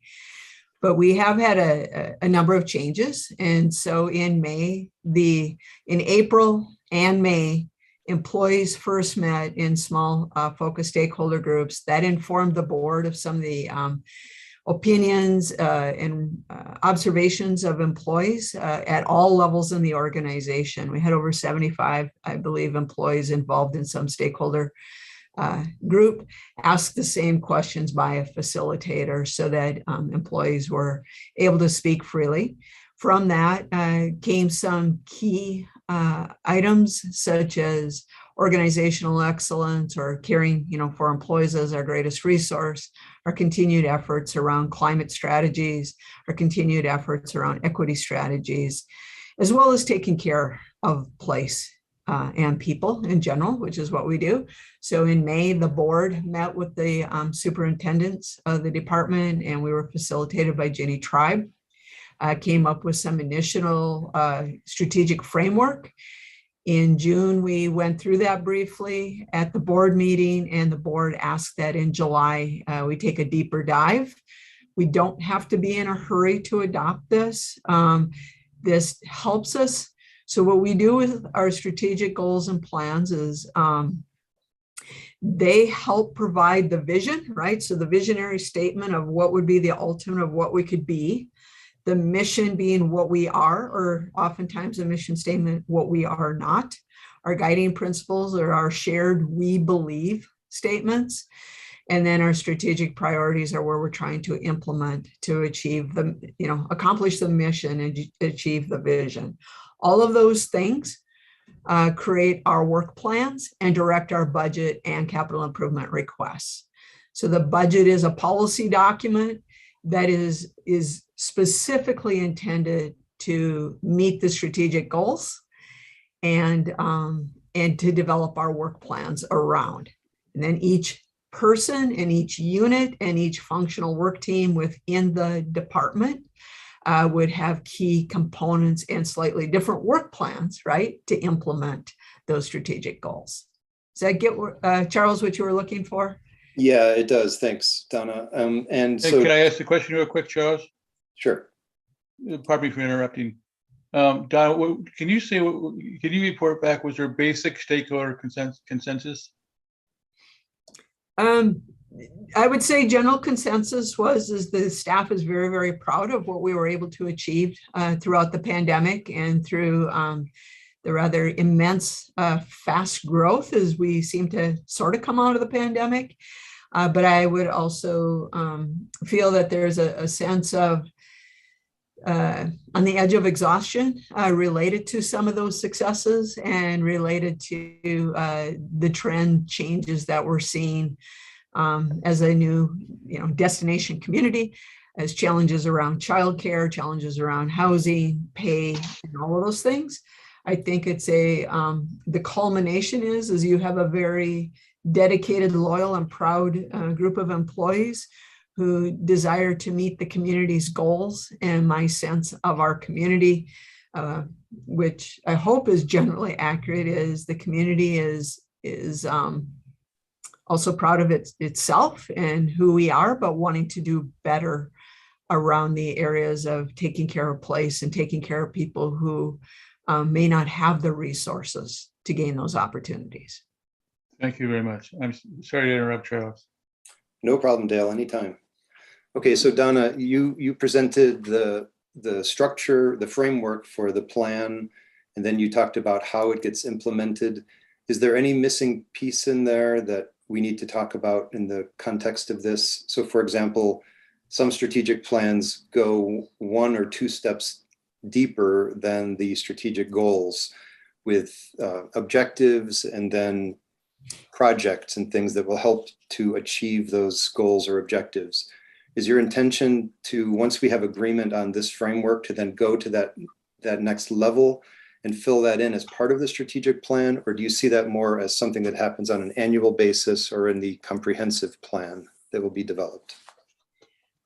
At this point, I would see we can go, whatever the board wishes, quite honestly, but this framework gives us, I think, a good broad framework describing who we are, where we're trying to go. It does align with the mayor and the city council strategic goals, which is helpful. That would be very difficult to have the board and the council going in opposite directions. And I think the importance of our comprehensive plan, which is the further development of the updating the 2004 master park plan into a full-blown parks, recreation, open space, trails, and operational plan, which we've been calling the PROST only because the acronym fits: park, recreation, open space, and trails. And then you will see, and we could certainly align our budget asks under each of those strategic goals very readily. My suggestion would be that once the board adopts this, if this, whatever this ends up being, that we would then move into we could go into more of a work session if the board chooses, or come winter, look at how are we doing, what was approved in the budget, how does that align, and how do we continue to move ourselves forward? And what role does each board member and do employees play in that advancement? Okay, great. And then just one more quick question before I have more to say about the plan as it's written now. When would you expect the launching of the comprehensive plan? If we can fill a couple of positions here, we'd like to launch that this winter. Okay. It would be great to have our open space program manager on board, which we are in the midst of an interview process, at least. And then also that would be the minimum, I think, for us to be able to carry forward this winter. Okay, so given that, I guess my recommendation to my fellow board members would be that rather than going down a couple more levels in the strategic plan, we let the comprehensive plan do that so that we're safe. We don't want duplication of effort from the already overworked Parks and Rec staff. So I suggest we take the framework we've got and fix it up to the extent that we can, and then we allow the comprehensive plan to provide all the detail on all of those items. So that's my recommendation. We're not voting on that here, but just to note that at this point. And then what I want to do here. So I wonder if we shouldn't get consent. I mean, that's a huge move. So I wonder if we should get general consensus on that point. And I agree with you, Charles. So if Okay. other board members feel the same way, then that's progress.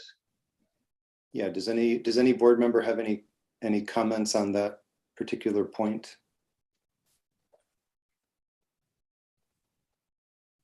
I just agree and think that is how we should go about it. Okay, great. Sam also has her thumb up. All right. So given that, then the context of our discussion is more about first of all, I have so two questions. One is there something missing from the document that we've been sent that has some track changes in it, I think based upon the last conversation we had about this? And then the second question is there anything from the previous strategic plan that should be included? Those are kind of separate questions because you may think something's missing in the plan that's actually not in the old plan. So I'm just going to cede the conversation. I've got a couple of things I think that could be included in the plan. The first one is about monitoring.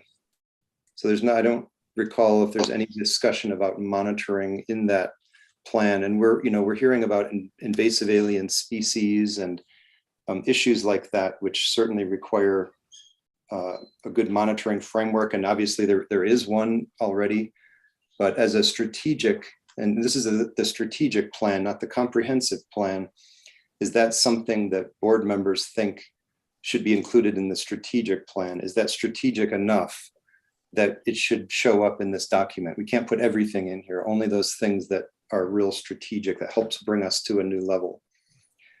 And so when I'm thinking about monitoring, I'm thinking about things like wildlife visitors, visitation levels, and also ecological condition and invasive alien species. And I'm sure there's other things that could be included there. So in my mind, that's something that could be included here, and it could be, yeah, so I'm not exactly sure where we might put that in, but anybody have any comments on that? I think it needs to be in. I think we need to, go ahead, excuse me. No, sorry, go ahead, Dale. You can finish your thought and then I can chime in after. I think it's a point well taken, and I think we should include it. All right. I was Erin? wondering, yeah, if there could be a potential appendage added to this of there just being a priority issue kind of sector, and then just using that as a reference for making more direct objectives that kind of look at something like invasive species. So, you know, the direct objective could be something that just kind of mentions that there's, you know, an appendix portion that kind of has more defined items that then can lead into that. That's just one option. I mean, we could also just create a statement that's more direct, which probably is less work. Just a thought. Certainly a strategic goal around monitoring and program evaluation, because we work with lands, structures, buildings, and people as a strategic goal. And then to Erin's note, we do have a number of management plans that do get into much more detail on how those are done. So the conservation lands management plan and each of the different site plans, the turf management plan, the urban forest management plan. It really helps us get into the details around what we would monitor and how we might use that. Okay, great, Donna, thanks. I'm also thinking beyond just monitoring wildlife visitors and invasive alien species. I'm also thinking about monitoring the plan itself, the strategic plan. See, So it's kind of all encompassing. It's just a focus on making sure we're tracking what's happening and we're feeding back and changing processes if necessary as we go. So for example, we might think about, I'm a strategic planner, so I always try to ensure that the strategic plan becomes the framework for lots of things, not just a plan to implement, but it also becomes a framework for example, this meeting. We could use meetings to review progress in the strategic plan, and we could get report backs on those strategic items. So given that, I mean, I think there's a few ways to do it. Erin mentioned one. We could have an appendix. We could have another section of this that has some priority items. We could also just put it in the guiding principles, as monitoring is very important, and we will not only monitor important things like invasive alien species, but also use this plan as a framework for monitoring progress overall in all of the different plans that exist, not just the strategic plan, but the comprehensive plan, the site plans, etc. My preference is to keep it simple and to put it in the guiding principles. Yeah, that would be my preference too, I think. What do you think, Sam and Erin?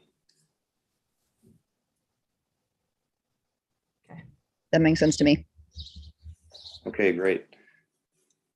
Okay, good. I think we have consensus on that. Donna, was that a thumbs up, Donna? yeah, we can draft something for the board to Okay, edit as you see fit.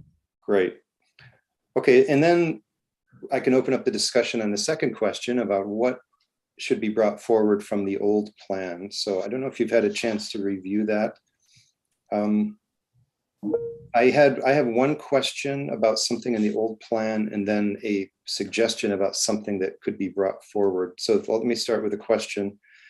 In the old plan, there's reference to a blue ways strategy, which sounded pretty interesting to me.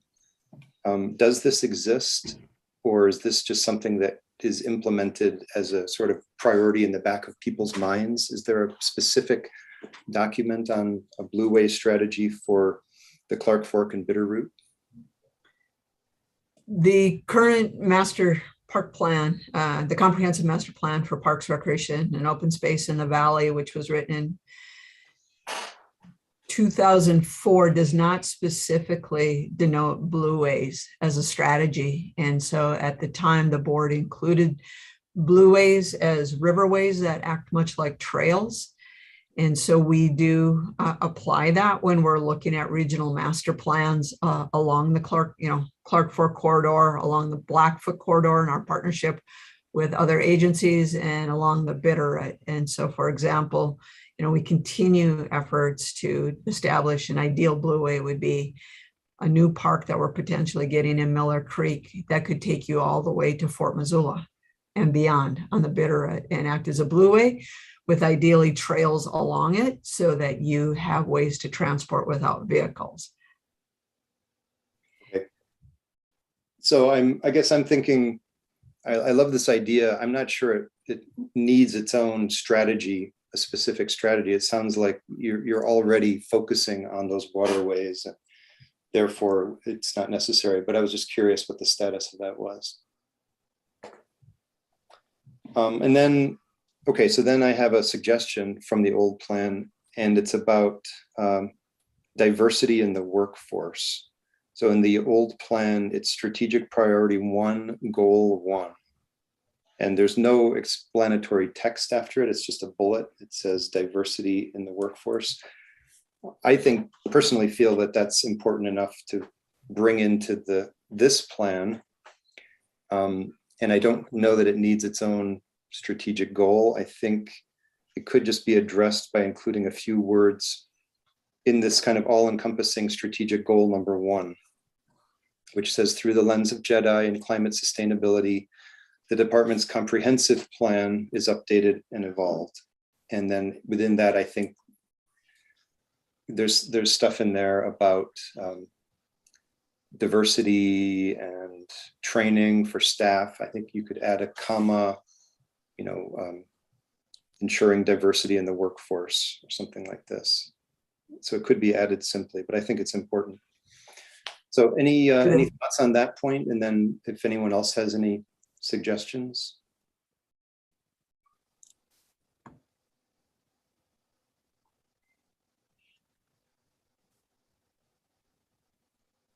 No thoughts on that point? Dale, what do you think? I think we need to include the word diversity somehow. Okay, I think diversity is there, but it's not specific to the workforce. It's about the community. It's recognizing the diverse community. Oh, I see. Yeah. But like I say, it could be added simply with a comma, ensuring a diverse workforce, comma, etc. We can do that. I mean, that's part of our goal.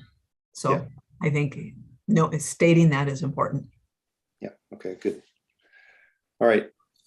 So then does anyone else have any thoughts about something in the old plan missing in the new plan? I'm not sure about the old plan or the new plan, but there's no mention of water, which is a critical resource. Is there in this one, the strategic framework, is there a mention of water at all anywhere?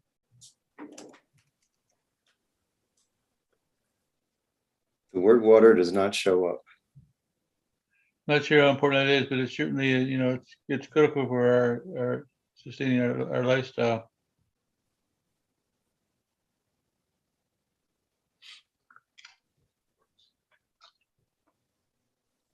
Besides that, I have no other comments. Well, I think we're obviously not ready to adopt this now, and we're going to have to come back to it. So maybe in the interim, Dale, you could think about how that could be included here. And we I'll do it. Thank you. proposal for Great that. idea. Okay, any other thoughts from any board members or staff?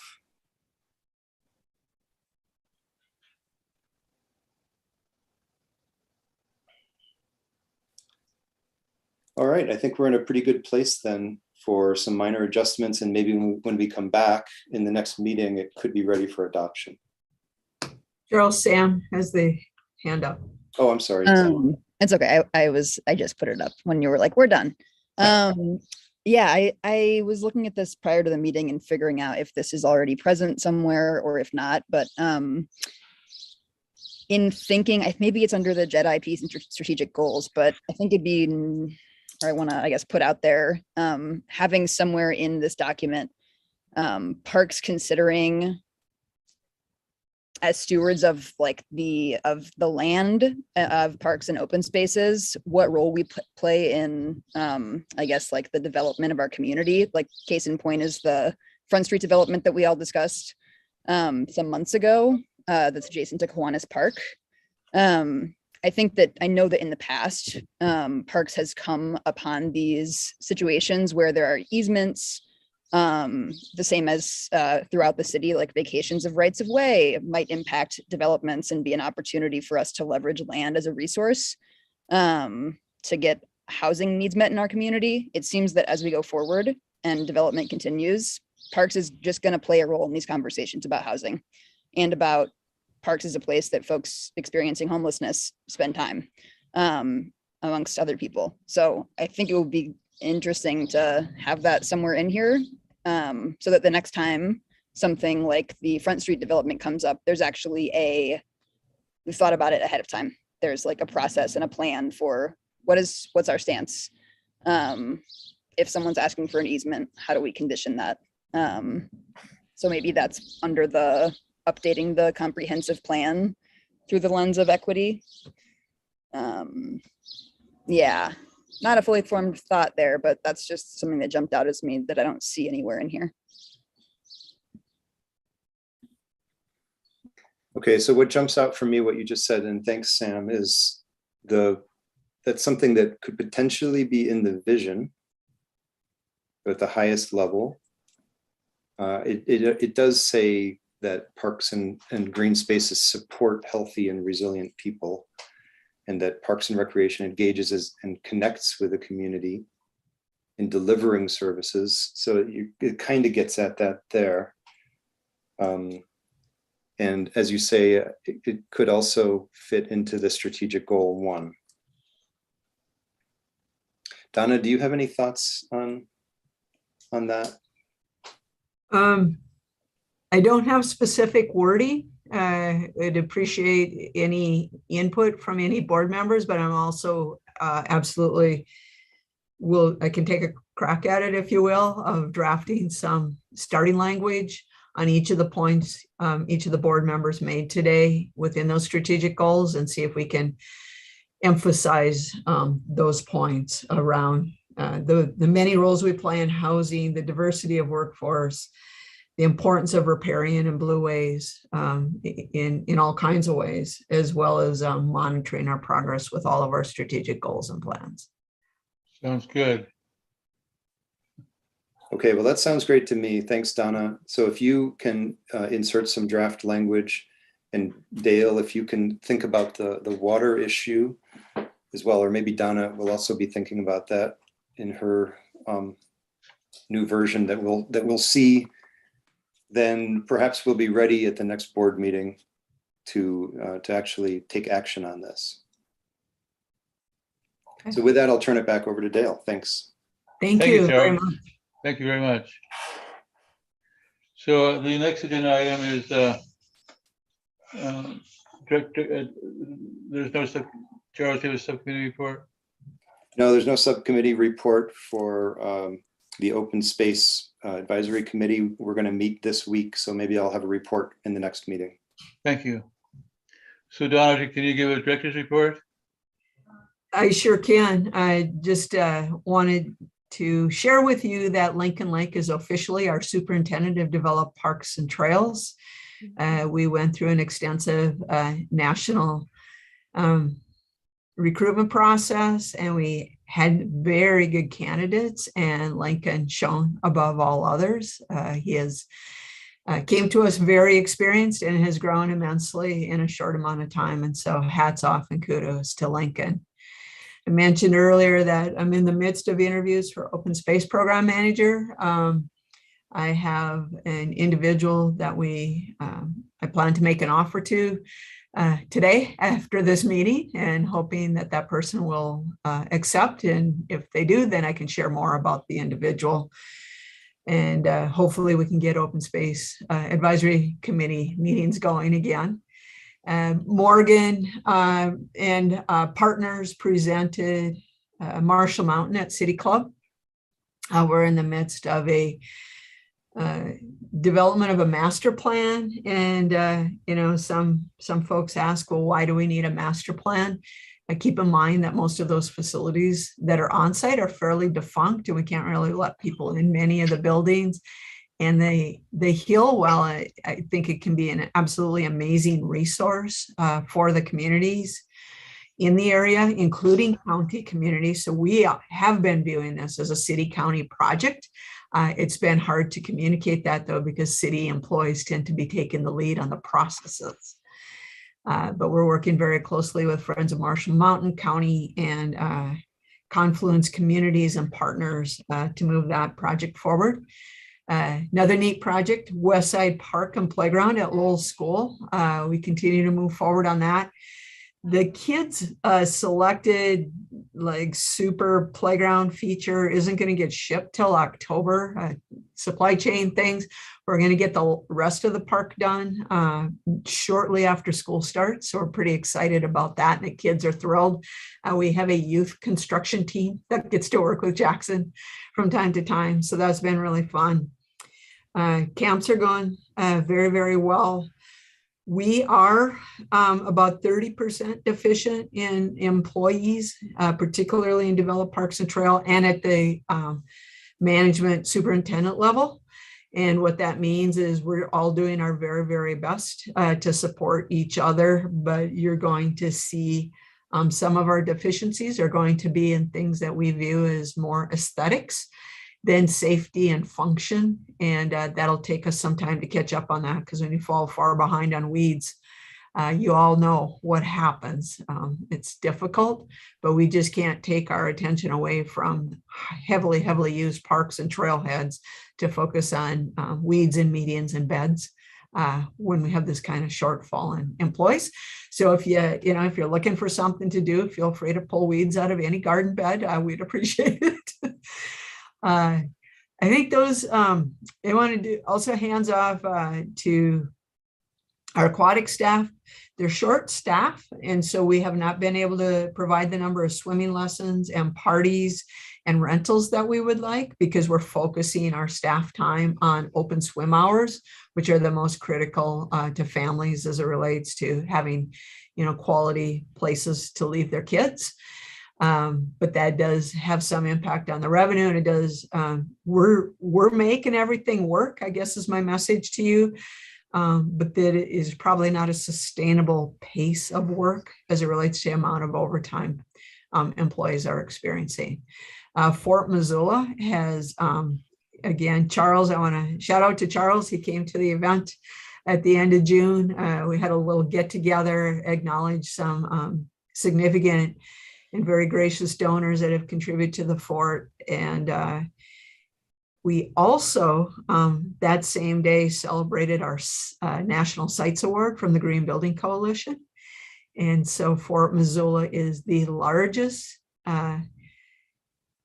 developed park in the sites system. And we're the first in Montana to receive a sites award, which is a lead, like lead is to buildings, sites is to landscapes. And what it means is we had very, very little waste. We did not focus on reuse and recycle so much as we focused on upstream, reducing from the beginning. And then we did local products, local labor. And so pretty cool project. So if you get a chance, visit Fort Missoula. The new sign is up at the major trailhead to the conservation lands in the middle of Fort Missoula along the CCC road. So, and trail. I think those were the highlights in the last month. Otherwise, we've been spending an inordinate amount of time working on budgets and strategic goals and keeping people employed.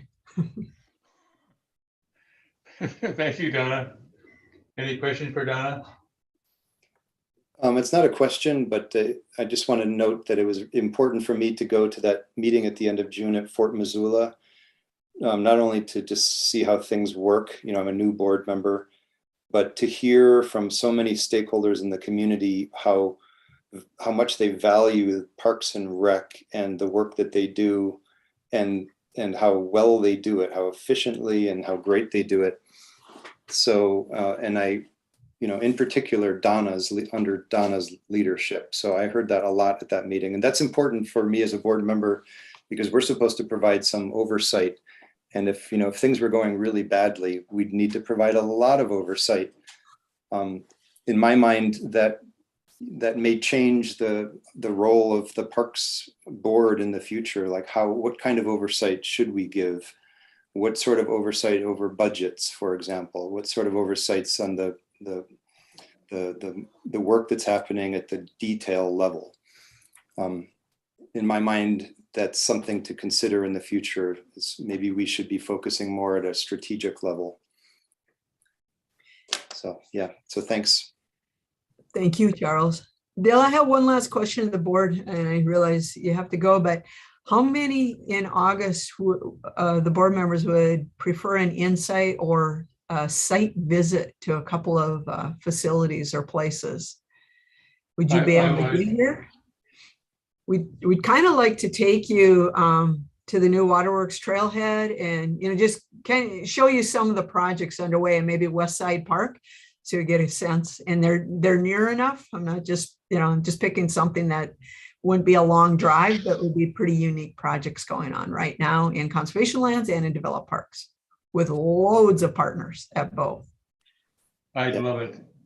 My September would open up a lot more than my August at the moment, but if the general consensus is everybody is looking at August, I mean, that's fine. I'll catch you at the next one, but yeah. Is September okay for the board? That Yeah. it doesn't matter to staff. Okay. Awesome. Any other business? Great to get a motion to adjourn. I move that we adjourn. Is there a second? I'll second that. All those in favor say aye. Aye. Aye. Opposed? Motion passes. Thanks, everybody. We're adjourned. Thank you very much.